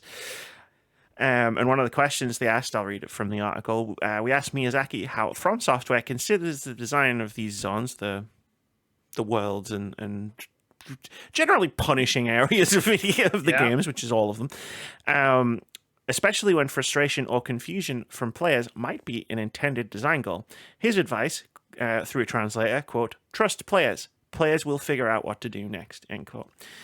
He added that this philosophy is placed in the foundation of From Software's design process. It seemed to give the implication that the studios figured out how to work with some degree of uncertainty, and given the positive reception of his last decade of games, that's not exactly a surprise. Great advice. Trust us, we'll figure it out.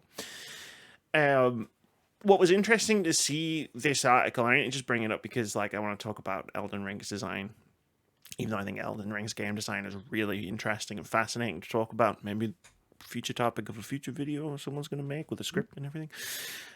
It's interesting to read this off the back of Dragon's Dogma 2 discourse that's entering its second week about friction.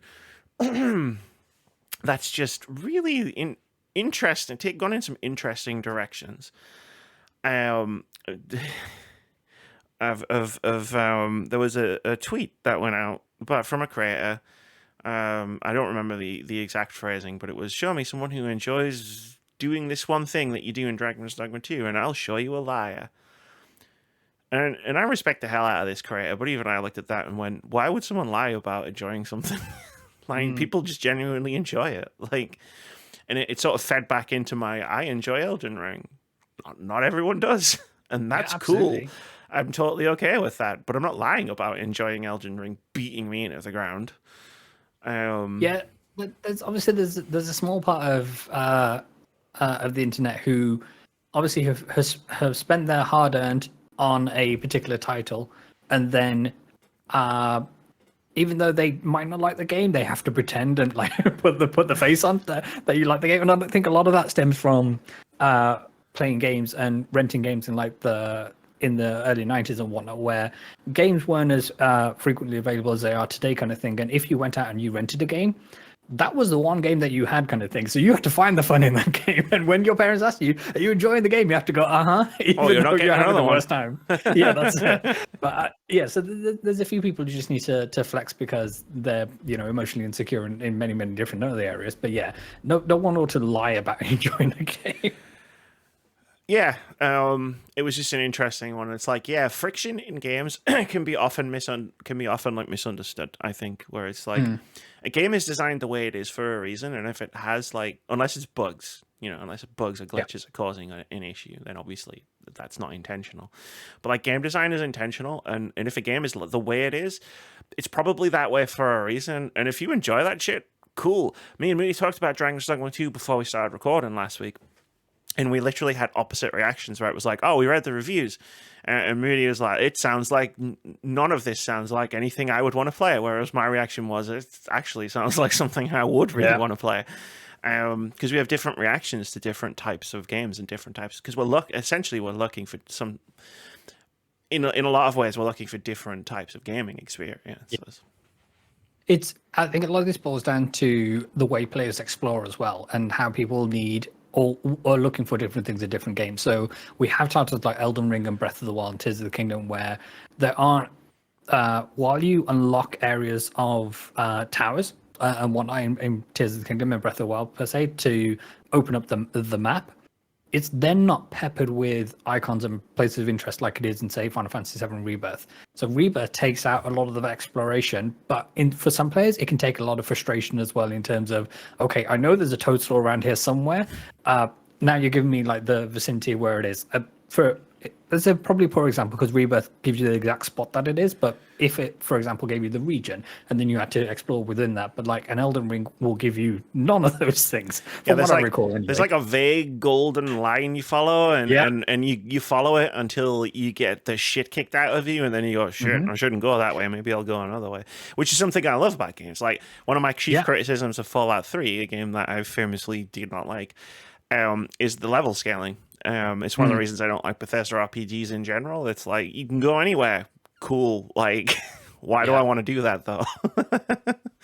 Is that one of the many things that made Tears of the Kingdom so hard to put down was just that sense of, okay, but what's over that hill? Let's go have a look. I made an entire video about that. 4 hours later, yeah, absolutely. And there's different ways of going about this, and it's like you said, for people who have less free time to play games and less time available to really sink into, okay, I'm just going to spend the next hour just having an explore kind of thing, rather than, okay, I've got 10 minutes or half an hour to play this allocated before I need to get to whatever it is I need to do kind of thing. I need to know, okay, here's my next objective, here's the point that I need to get to. Can I fast travel there? Brilliant, let's go there, let's get the damn thing done kind of thing. It's different strokes for different folks. Yeah. True. But yeah. But yeah, it's one of those things where it's like, I personally, like, there's games that I've enjoyed that do the whole, here's tons of icons on a map. Not you're saying there's not, but like, I personally prefer it not to do that, whereas other people do, and that's cool. Like, we like different things. I'm not going to tell you, I would never say like, you like Assassin's Creed, but how can you see the map through all the icons? How can you see the map through all the icons? I might make this joke sarcastically. I don't know. I have done before, but at the same time, it's like if you love it, then that's cool. Like it's just I guess I don't want my game play directed in that fashion. If you give me a big world, I don't want to know exactly where I'm going the whole time. Yeah, and there are exceptions to that. I loved Infinite Wealth, and that tells you exactly where you're going at all times. Yeah, it's that thing of what are you looking to do? Are you looking to explore? Are you looking to check things off on a checklist kind of thing in terms of, okay, these objectives, bang, bang, bang, bang, bang, let's go. The difference with Infinite World, I think, is that when I get to where you're telling me to go, it's all of a sudden I have to do a slapstick run through the city chasing after a giant man dressed as a baby in a pram, and it's amazing. And I'm like, okay, cool. Thank you for showing me this. But yeah, looking forward to jumping back into this. Obviously, seeing what comes out with the expansion, which is coming out soon. I'm sure that date will rush up on us pretty damn quick. And yeah, I'm sure lots of people will be having this argument again in terms of, the game didn't tell me where I'm going. I get lost all the goddamn time. But that's the fun of this particular game. But the great thing is, like you said, there are millions and millions of games out there, and they all do something slightly different. And I'm sure you'll find one that you resonate with. Hell yeah! Hey, Moody. Hello. Capcom. They did a survey. Remember when they did that survey? Yeah, I remember they did that survey. Yes. You know what they said? They released a word cloud, Moody, and they were like, "Here's what everybody said." And the two biggest words, the two biggest game names on that word cloud were Dino Crisis and Mega Man. The players are speaking. There you go. I mean, I'm not sure how many alt accounts you made to fill in this survey, but it clearly worked. How many of these were you? I played the fifth. No, hopefully this is something that Capcom will listen to and say, "Hey, let's remake Dino Crisis 1 and 2, and then Forget 3 or whatever, you know." And forget 3 ever existed. Yeah, sorry, Xbox fans. Seriously, when Xbox do it as take a game and make it exclusive, they really can fuck it up sometimes. Sorry, Tomb Raider. Do you remember Perfect Dark when that launched for the 360? Yeah, and the level design was so bad they had to put flashing arrows on the floor to tell Joanna which way to go. No, but yeah, it's paint. like when we were talking about the retro games and everything, like in the youth going to them, like this is what I kind of want to hope for, like to see. It's like, yeah, okay, like it's very difficult to try and get Dino Crisis out there to be able to play and whatnot. Like that's why I was just like kind of a little bit excited for the PlayStation Premium and experience and everything what they've got out, because like there was a picture, me and Amy talked about it in Japan. They showed they had Dino Crisis on it, and I was thinking, is that them basically hinting and saying it's coming? We just don't know when. I'm still waiting, PlayStation, for fuck's sakes. So many games I was like, they could put this on, they could put this on, and then they're just putting none of them on. Yeah, I was like, thanks. Thanks for nothing. They tickled us, and they did nothing. But if this gets Capcom to get the fingers out their asses and give us a Dino Crisis remake, or heck, a new Dino Crisis, I don't really care. If they just give us something. One or both. Or both, yeah. Like, and go for it. Mega Man, like, I enjoyed when I played Mega Man a few years ago. Like, I had a lot of fun playing those retro games. A couple of them, they were really, really good. And so you've got all this there, and I'm just like, and Capcom are basically going through using their old IPs and rejuvenating them into great new IPs for everybody. So like, we're getting that for a lot of things. Like we talked about, I think last week or 2 weeks ago. Capcom are like arguably one of the best developers right now, pumping out banger after banger after banger for the most part. And yeah, so yeah, give me Dino Crisis, please. I've been shouting for this to the moon, and I'll keep shouting to the bloody moon, to the moon and back. But yeah, it's like, yeah, I hope this is truly something. I do hope so. Yeah, the one thing I will say about this is just in specific relation to Mega Man. So as I understand it, like the original creator, they left, and then I think they were behind Mighty Number 9, which didn't turn out very well. So it's kind of, okay, Capcom, if you have the IP for Mega Man, but you're not going to do it with the original team and the people who let's say let's not pin the hopes on we need the one dude to come back and do it properly kind of thing. But sorry. No, funny story about Mighty Number 9. I backed that game on Kickstarter. And I played that game while I was sitting up watching the Brexit results come through. Oh my god! What was the biggest disappointment? That was one of the worst nights of my life. Oh my god, Amy! Like, I didn't know it was bad at the time. No, we didn't know it was bad. I could have told you Brexit was going to win. No, the Brexit thing. I mean, Mighty Number 9. I mean, Brexit was bad. But yeah, if you don't have the team that can recreate that magic of the original Mega Man games, then maybe don't do that one. I disagree. Yeah. I don't disagree. I don't agree with that. Like for me, I think. Yes, it's always great to have the original person there to help or even be part of the making of the game. I don't deny that, but there's been multiple games and like mediums out there where the creator hasn't been a part of this franchise or this new IP of the version of their game, and the game's come out and been amazing. Sorry. My statement was that you don't need the original dude there. Or Oh, it's just sorry. just to make sure that the team that you have in there can recreate that magic that was part of the original games that made them great, kind of thing. Don't just do a facsimile of Mega Man with a Mega Man label on it. Don't Silent Hill this shit.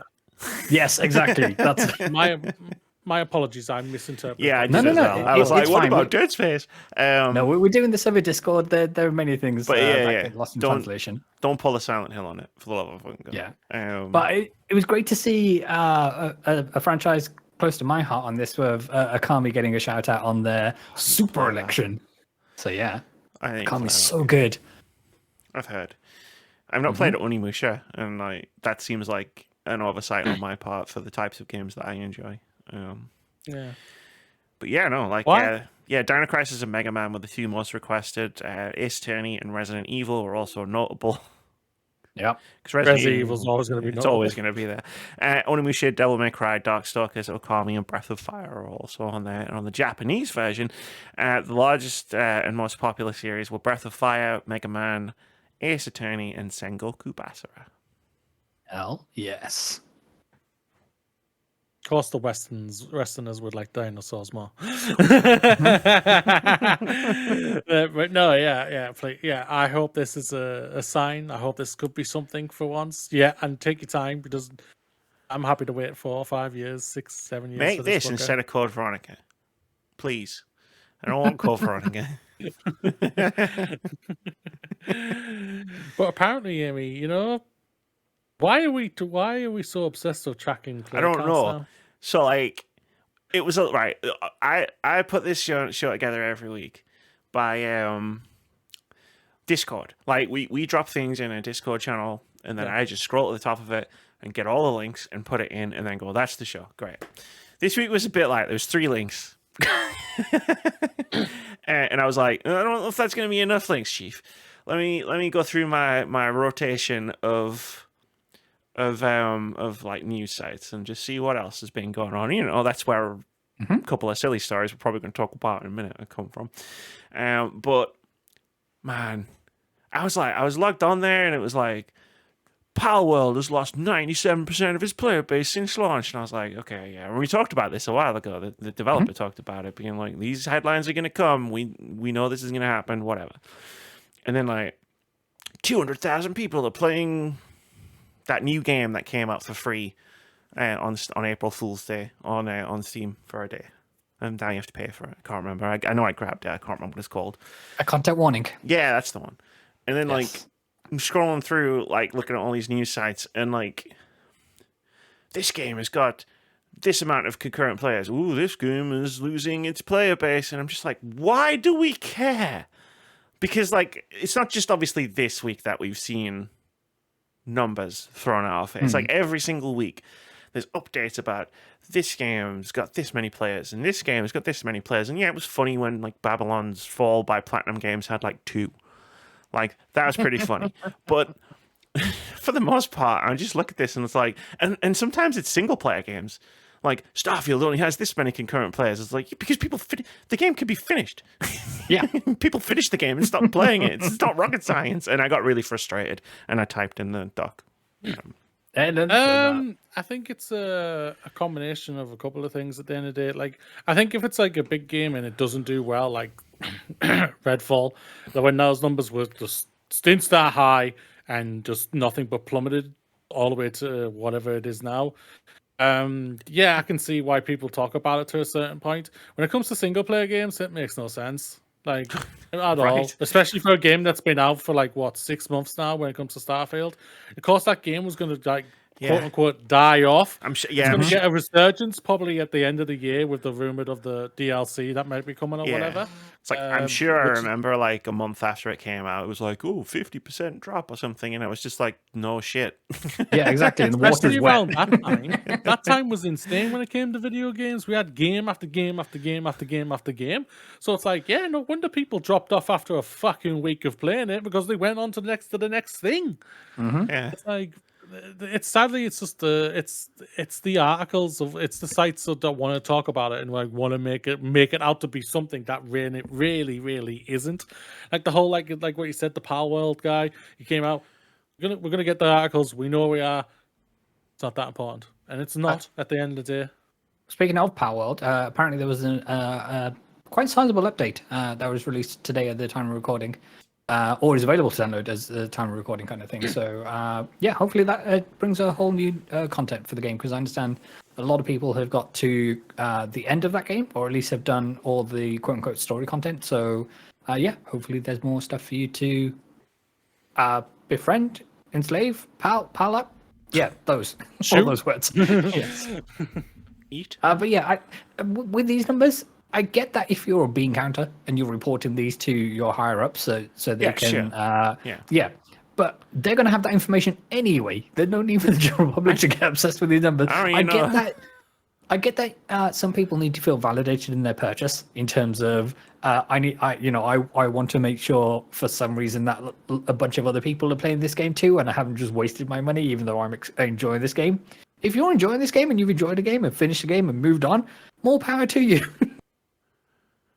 It's like the same when it came to like movies and everything like that, and they had like a big box office start and like drop like 60%. It always happens when it comes to the big movies, because the majority of people go and see it in the first week.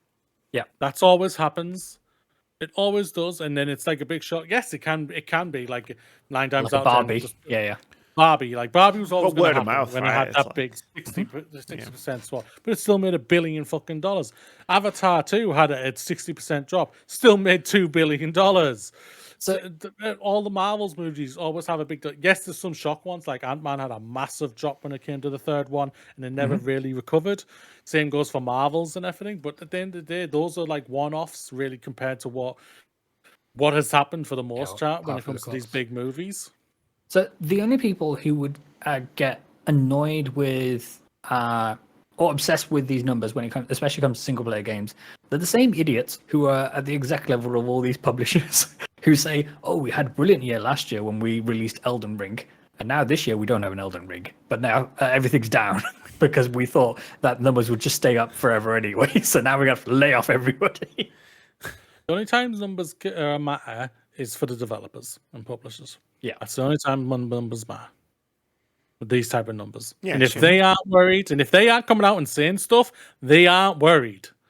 That's what they're expecting. Well, I mean, remember when Control came out, and it didn't like breach the top 20 of the sales charts, and everyone was like, "Ooh, is this it for Remedy?" And then here we are, like years later, and like they've just released a award-winning sequel to Alan Wake, and it's just like, dude, don't worry about it. Didn't really do the top 10 charts. Yeah, but they're not. I imagine they're not trying to like make a bazillion. I mean, I'm sure they would like to make a game that sells bazillions of copies, but I mean, they're probably factoring in the fact that their games never usually sell that many copies. The good thing is about it, they've gone back to back with bangers. Yeah. Control and Alan Wake 2, and hopefully their next game will be the next one where hopefully can shoot them off to the stratosphere. Like, but the only thing that will help them, though, they need to be able to put themselves out on more things. They need to have physical. They need to have a physical chance out there for themselves. They need to be on Steam as well, not just bloody Epic. Sorry, Epic, I know you want it on news, but you shouldn't be gatekeeping and locking that in and everything. So obviously Remedy agreed to it and everything, but well, they paid for the development, didn't they? So part of it, at least. You just see Sam Lake and Kojima having a cup of coffee together. So you know the short video that went round of everybody at Remedy. Sam was, I think they were at the offices, and he was standing like the first floor of like an open mezzanine, and he's drinking a cup of coffee. But everybody downstairs, the whole team, is drinking the cup of coffee at the same time. So like Kojima and Sam recreated that. Yeah, the thing from the game. It's the thing. They did the thing. They did the thing. Yes, we're all Leo DiCaprio at that point. Yeah. So now. Go on. Sorry, go on. Go on. No, I insist.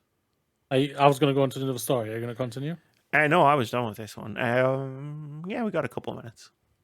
So am I going to spend $300 on a Venasaur statue? Hell yes. You are now that I put it in front of your face. Yeah, I see this bad boy. Yeah, it's uses solar beams to light your room up. Oh shit. This is wrong in so many ways. This Venusaur statue is the latest example of Pokemon's work with first 4 figures following in the footsteps of the Looming Shadow statue released in February. Like that statue, Venusaur's charging light features an interactive element. Standing on a grassy platform, the Venusaur is leaning forward, midway through charging its solar beam, preparing to attack. When plugged in via USB and activated through a button, the solar beam effect lights up and presumably pretty bright, pretty bright considering the price and weight of the figure. Are you ready for 19 inches of venom and all the follow-up to 19 inches of venom? I'm not sure how big this is. Moody's going to ditch his light for his podcast, and he's just going to have Venusaur's solar beam blasting him in the face every Thursday. So, Venusaur is only 8 inches, but I'm sure they've got it going on in all the other places that can.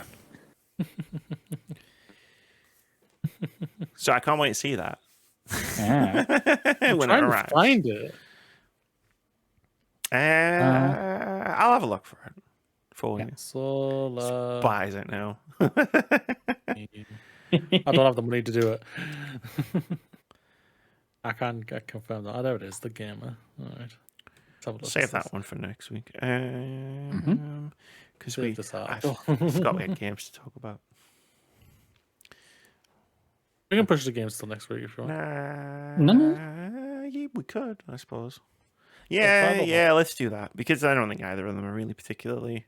Like, I can save mine for next week, and you can save yours for next week. I can save mine for next week, no doubt. And does that mean we can talk about Stellar Blade? Yes. What the fuck is going on with this game, man? So another article from the gamer titled Stellar Blade director recommends Eve wears as much clothing as possible. Yeah. So I mean, why are you poking the bear? I like poking the bear. Like I have a right. You know how like Rick and Morty, like it was a thing you could enjoy for a couple of years, and then the fan base like took a bit of a turn, and it was like, I mean, you know, I still enjoyed those first few seasons, but it was kind of embarrassing to admit it because then I get lumped in with the people who were like storming McDonald's. Yes. Well, Stellar Blade is kind of similar, where it's like it's an action game inspired with inspirations via like From Software games and Nier Automata, and I'm like, I'm into that. Those are games that I really like. But also, people aren't being normal about this game or the internet.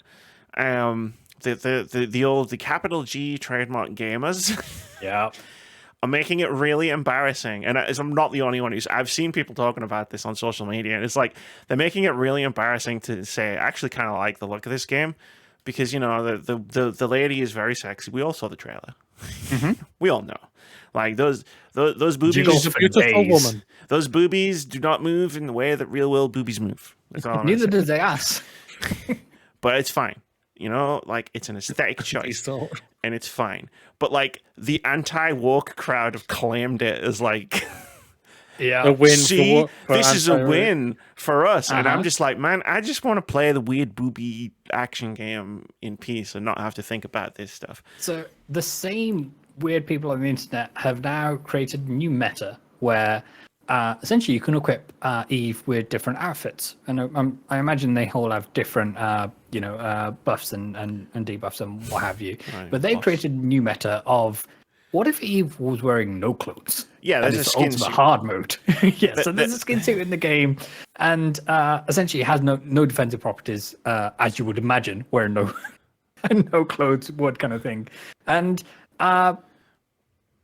yeah, so this is the thing that the community has latched onto. I imagine there's an element of people who want that challenge, but there's 99% of people who are just there for the thirst. The flip side of that is the way the game is designed makes that skin suit like super hard, ultra nightmare mode to actually play, which I find hilarious because I'm a bunch of these capital G trademark gamers are going to get this game and they're going to be like, I'm going to play this game in the skin suit to own the libs, and then they're not going to be able to get past the first area. Meanwhile, the libs who are playing the game properly with like armor and stuff on are going to be like, this is a great game. I'm loving this. But yeah, Weirdly enough, I'm also a booby and butt enjoyer.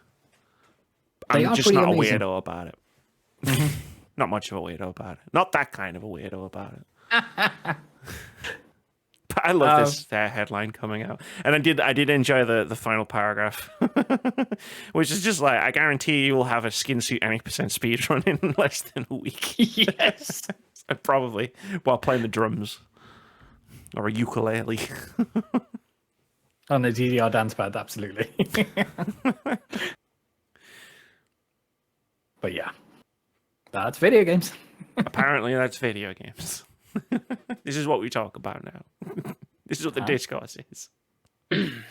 Yeah, just the idiots, just being idiots as always, and just like what you were saying, Amy. I just want to play the sexy booby woman game and have a good time. That's all I want, you know. And there's nothing wrong with that, and it's great. And we did. It was called Final Fantasy VII Rebirth. I'm joking. For me, mine was Final Fantasy Resident Evil Village. Step on me, mommy. And everybody was saying, "Step on me, mommy." Absolutely. Yep. I mean, I was. Oh no, I'm gonna make a video about Resident Evil and have to play it again. What a shame. Oh no! All the footage you're going to capture. Oh no! It's weird. I couldn't get past the castle. That's it. It was just so difficult. Don't know why. I just couldn't do it. She grabbed me every time and helped me It over was her throat and mommy threw me across the room. Yeah. It's It's like, like my oh, controller no. stopped working. Yeah. The sun was in my eyes. My brother was playing. Yeah, no, it's like, you know, like, I don't know why they think, like, they claim these games as like a win for anti-woke, whatever, and it's just like, you know, we enjoy these things too, right? Mm-hmm. I hate to be the one to break this to you. Like, it's really, really weird. I mean, when this fucking trailer came out, and I didn't even watch the state of play, but I'd seen this. I remember being on this podcast for YouTube, being like, they brought back jiggle physics. Yep. Jiggle physics. I love jiggle physics. They're great. But then I don't take games that as seriously as they do, I guess. Mm-hmm. Weird, all these considering I people make so many still have- videos about it. All these people still have Dead or Alive Beach Volleyball 2 still saved on their systems, don't you worry. I should play that. I never played that. I played Dead or Alive on the Dreamcast with my friend when I was a teenager, and like we found the jiggle setting and we turned it all the way up to 100, and it was really funny. It was like, Pound the jiggle Yes. setting. and that was just idle. That was the idle animation. Like you should I was just breathing. see that shit when they start fucking jumping around, doing flying kicks. Great. Amy's literally those two kids from Weird Science who are getting a Well, woman Science. and then asking for the boobs to be bigger. I wouldn't necessarily go that far. Right? If we're talking about problematic media from the past, that's maybe not. I'm good with not being compared. We're in Dumbo That's a weird territory here. cancelled. But yeah, no, I mean, you're spot on. Like, I mean, hey, I spent a long time in that character training with Baldur's Gate 3, making sure everything was perfect. Everything Hell yes. was perfect. Yeah, I you knew I have was to going to see examine my all the character options. naked. Yeah. I knew that was going to happen. Gotta look good for the screenshot. Yeah, that's it. Like, the thing is, they were trying to keep the craziness when it came to bloody Baldur's Gate and whatnot, and trying to be fucking idiots on that. So it's like, oh my god. I did enjoy the bug where the dicks were clipping through the clothes. That was a good bug. Yes. I wish they'd kept that in. Cyberpunk had that one as well. And all the streamers reacting to it on where they click the button to take the clothes off, and then they were like, "Oh!" And it's like, what? But you clicked What the did you button. expect? What did Yeah. you expect to happen? Do you expect to see Action Man down there? Just Ken doll. You just can. Anywhere else it'd be a 10. Yeah, just Just the Ken Ken off. doll. I've rented that film purely because it was on sale. And I'm like, am I going to watch it within the 28-day period? I'm just renting it because I was like, I might watch it. Watch what, Barbie? Yeah, Barbie. Mhm. It was like $1.99, so I was like, I might watch it in 28 days. It's £2. It's there. I'll put it. I'll take it out of the budget I'm going to save when I cancel Game Pass. But yeah, no, weird. I want to say it's been a weird week on the internet, but it's evergreen. It's always a weird week on the internet. It's just a week on the internet, my friend. Just a week on the internet. Fucking Dragon's Dogma and Stellar Blade and fucking. Here's me playing Final Fantasy VI. Suplexing trains. Suplexing trains. It's fucking great. Like a mofo, exactly. Suplex. Saban can suplex anything. There you go.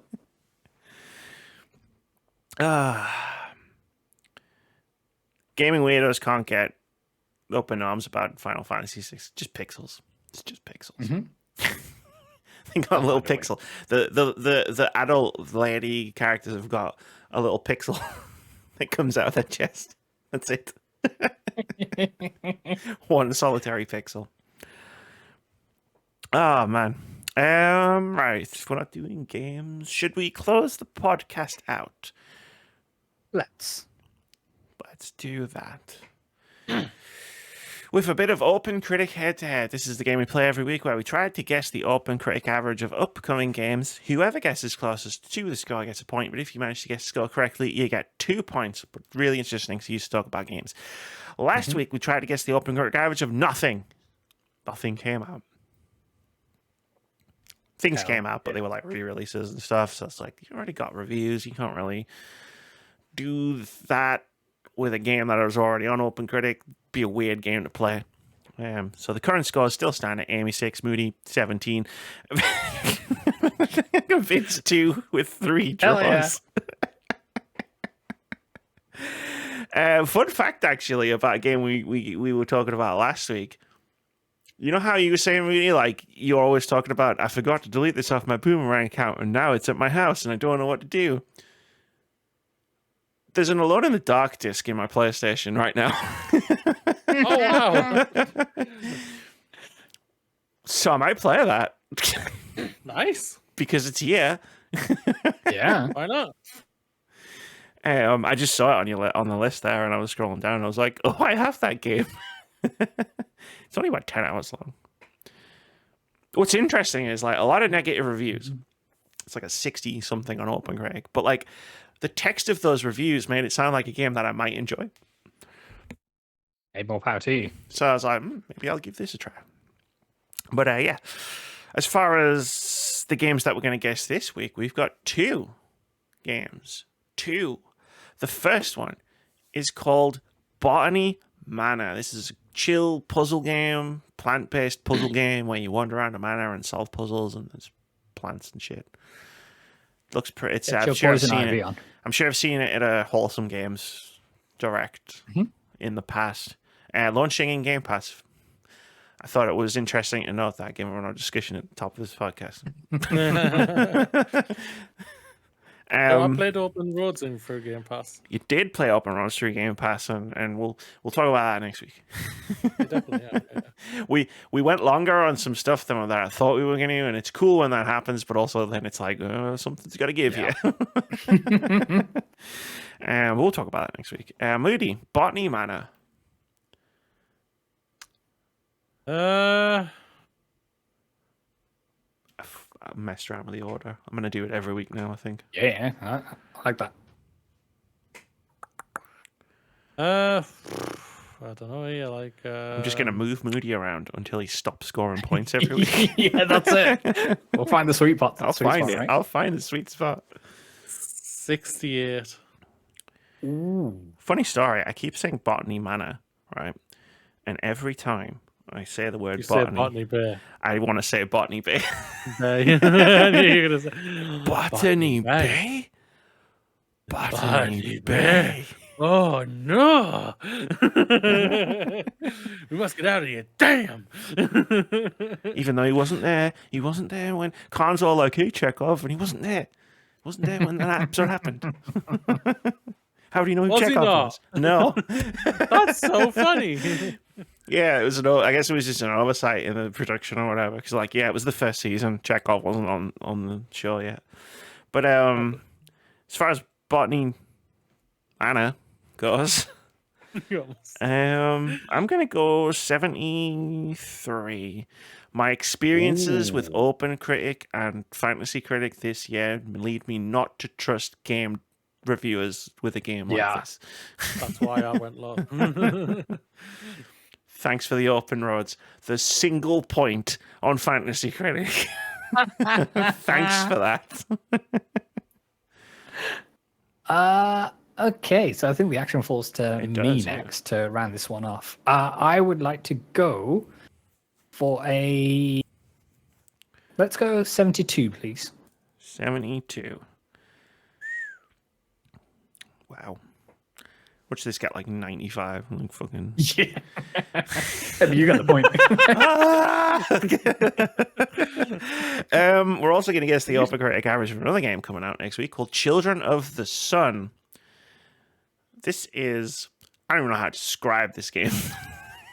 It's a shooter, right? It's a first-person shooter. You're a sniper. Tactical puzzle shooter. Yeah, and you have to shoot people. But when you shoot, you're not the person. You become the bullet. And you can, like, move and stuff. And the idea is you've only got one bullet to kill all these people with. It looks fucking sick. But I said that about Pepper Grinder. And, well, we saw what happened there. Like, 79 is not a bad score on OpenCritic. We all just went higher because we thought the game was going to get higher, and it didn't. Oh, yeah, this game looks amazing. I remember seeing this when the people came through for GDC week. Yeah, it was also swung at by Next Fest as well. they swung by the spare bedroom at Kind of Funny Studios, and this game looks amazing. So it's where you're essentially, sometimes it makes more sense to target like a fuel tank of a car to get like a massive AoE attack, and then you'll move on phasing through and like target the next person, and it's awesome. It's hard to describe. You should go watch the trailer if you're listening or watching. Or go like find some gameplay or something. There's definitely gameplay out there because, like I say, it was a Next Fest demo. I know a couple of creators definitely talked about it, and I was like, it was one I never got to play. Got around to playing it while I was doing Next Fest, but I did like see gameplay of it and be like, oh yeah, this is it. Oh yeah. Oh yeah, let's go. I've always wanted to be a bullet. Yeah, do you ever want to be a bullet, Bill? Well, how's your chance? There you go. Game sold. It's Bullet Bill role playing simulator. Yeah. Moody, what do you think? Super awesome art style. 78. Amy, what do you think? I don't know, Amy. That's a good question. Because, like, Pep Grinder looks sick. I haven't played it yet, so no comment on that one. And I was, like, up in the high 80s, and then it was, like, not in the high 80s. So I was going to say 80. But I don't want to draw a Moody. So I'll go one higher than that and go to 81. I mean, I don't want to draw a full stop, but... I think this game has the stuff. I'm going to go... I'm going to be tactical on this. I'm going to go 82. Okay, I'm going to put 82 in. Yeah. Damn you. But also, like, what were you gonna say? Well, if you weren't being tactical. I would say it's going to get like an 84, 85. Cool. I hope so. I've got. Right. I think this has got the stuff with the art style that it's got, and this kind of a novel gameplay. And as I said, as you said, like it showed really well at Next Fest and things like that. So I think people have got a fair amount of hype going into this one. So hopefully it all comes together when it falls into the hands of the critics. Hopefully, it reminds me of Neon White, which I played at Next Fest. I was actually on a stream. It was quite funny, and I went fucking nuts for this game. And I was like, in my Fantasy Critic, fucking this game is going to be one of the best games of the year. And everyone was like, I don't even know what this is. And I was like, you will. When this game comes out, you will know what this game is. And that's what happened. Yeah, It reminds me of that, but oh, what a game! Neon White, so good. I got so tilted at those challenge levels, unbelievably. Yeah. But I still did them. Yeah. Okay. Cool. We have reached the end, my friends, we have of another episode of the Words About Games podcast. We had some really interesting and fun discussions today. Everyone's going to come just away from this checking. episode thinking they all hate Xbox. They're all Xbox haters. We're all Sony ponies now. Absolutely, that was it. One of the I've always claimed to be. I worked for them, so I'm an honorary Sony pony. one of my prides of my life. I have a lot of things I'm proud of throughout my life, and one of the things that I'm proud of in my life is I have been called a fangirl of all three. Oh hell yeah, console that's awesome. manufacturers. I think that just means I'm doing something right. Yeah, you're cheerleading them, when they've earned them kind of thing. It's like I'm cheerleading games. Yes. Not platforms. Games are cool, everybody. Listen to Jubilee. Yeah, exactly. Listen to Jubilee, apparently. I don't know. I've seen this yet. I'm waiting for it all to be out so I can binge it. I think you'll enjoy it. I loved the cartoon in the 90s, so I think I'll be fine with this one. From everything I've seen and heard. And you two won't shut up about it every week, so that's great. I just wanted at the end of the episode to say Nintendo 64, but maybe we'll get that in the future one. Just think you finally used my Disney Plus account. Allegedly, folks. If Disney's watching, allegedly. No, they don't do that yet. We're safe on that front. Yeah, for now. It's the other accounts of his that I use that we can't talk about. Yeah. Allegedly. Cool. Last week I attempted to give a Moody-esque outro, and we're never doing that again. So Moody, what do you got for us? I want to hear what Amy has to say. How much trouble do you want to get in? When do we ever not get in trouble, Amy? That's true. What up, everybody? We're here. You've made it. Another day is done. Another week has passed. We are all proud of you. You are special. You deserve absolutely the best. You are truly fucking good enough. You are doing great. We all believe in you. Fucking fuck the Tories and high five the sky and live long and prosper. Let's fly, everybody. Let's fly. I would like the ship to go. No. Yes. Now. Whoop me.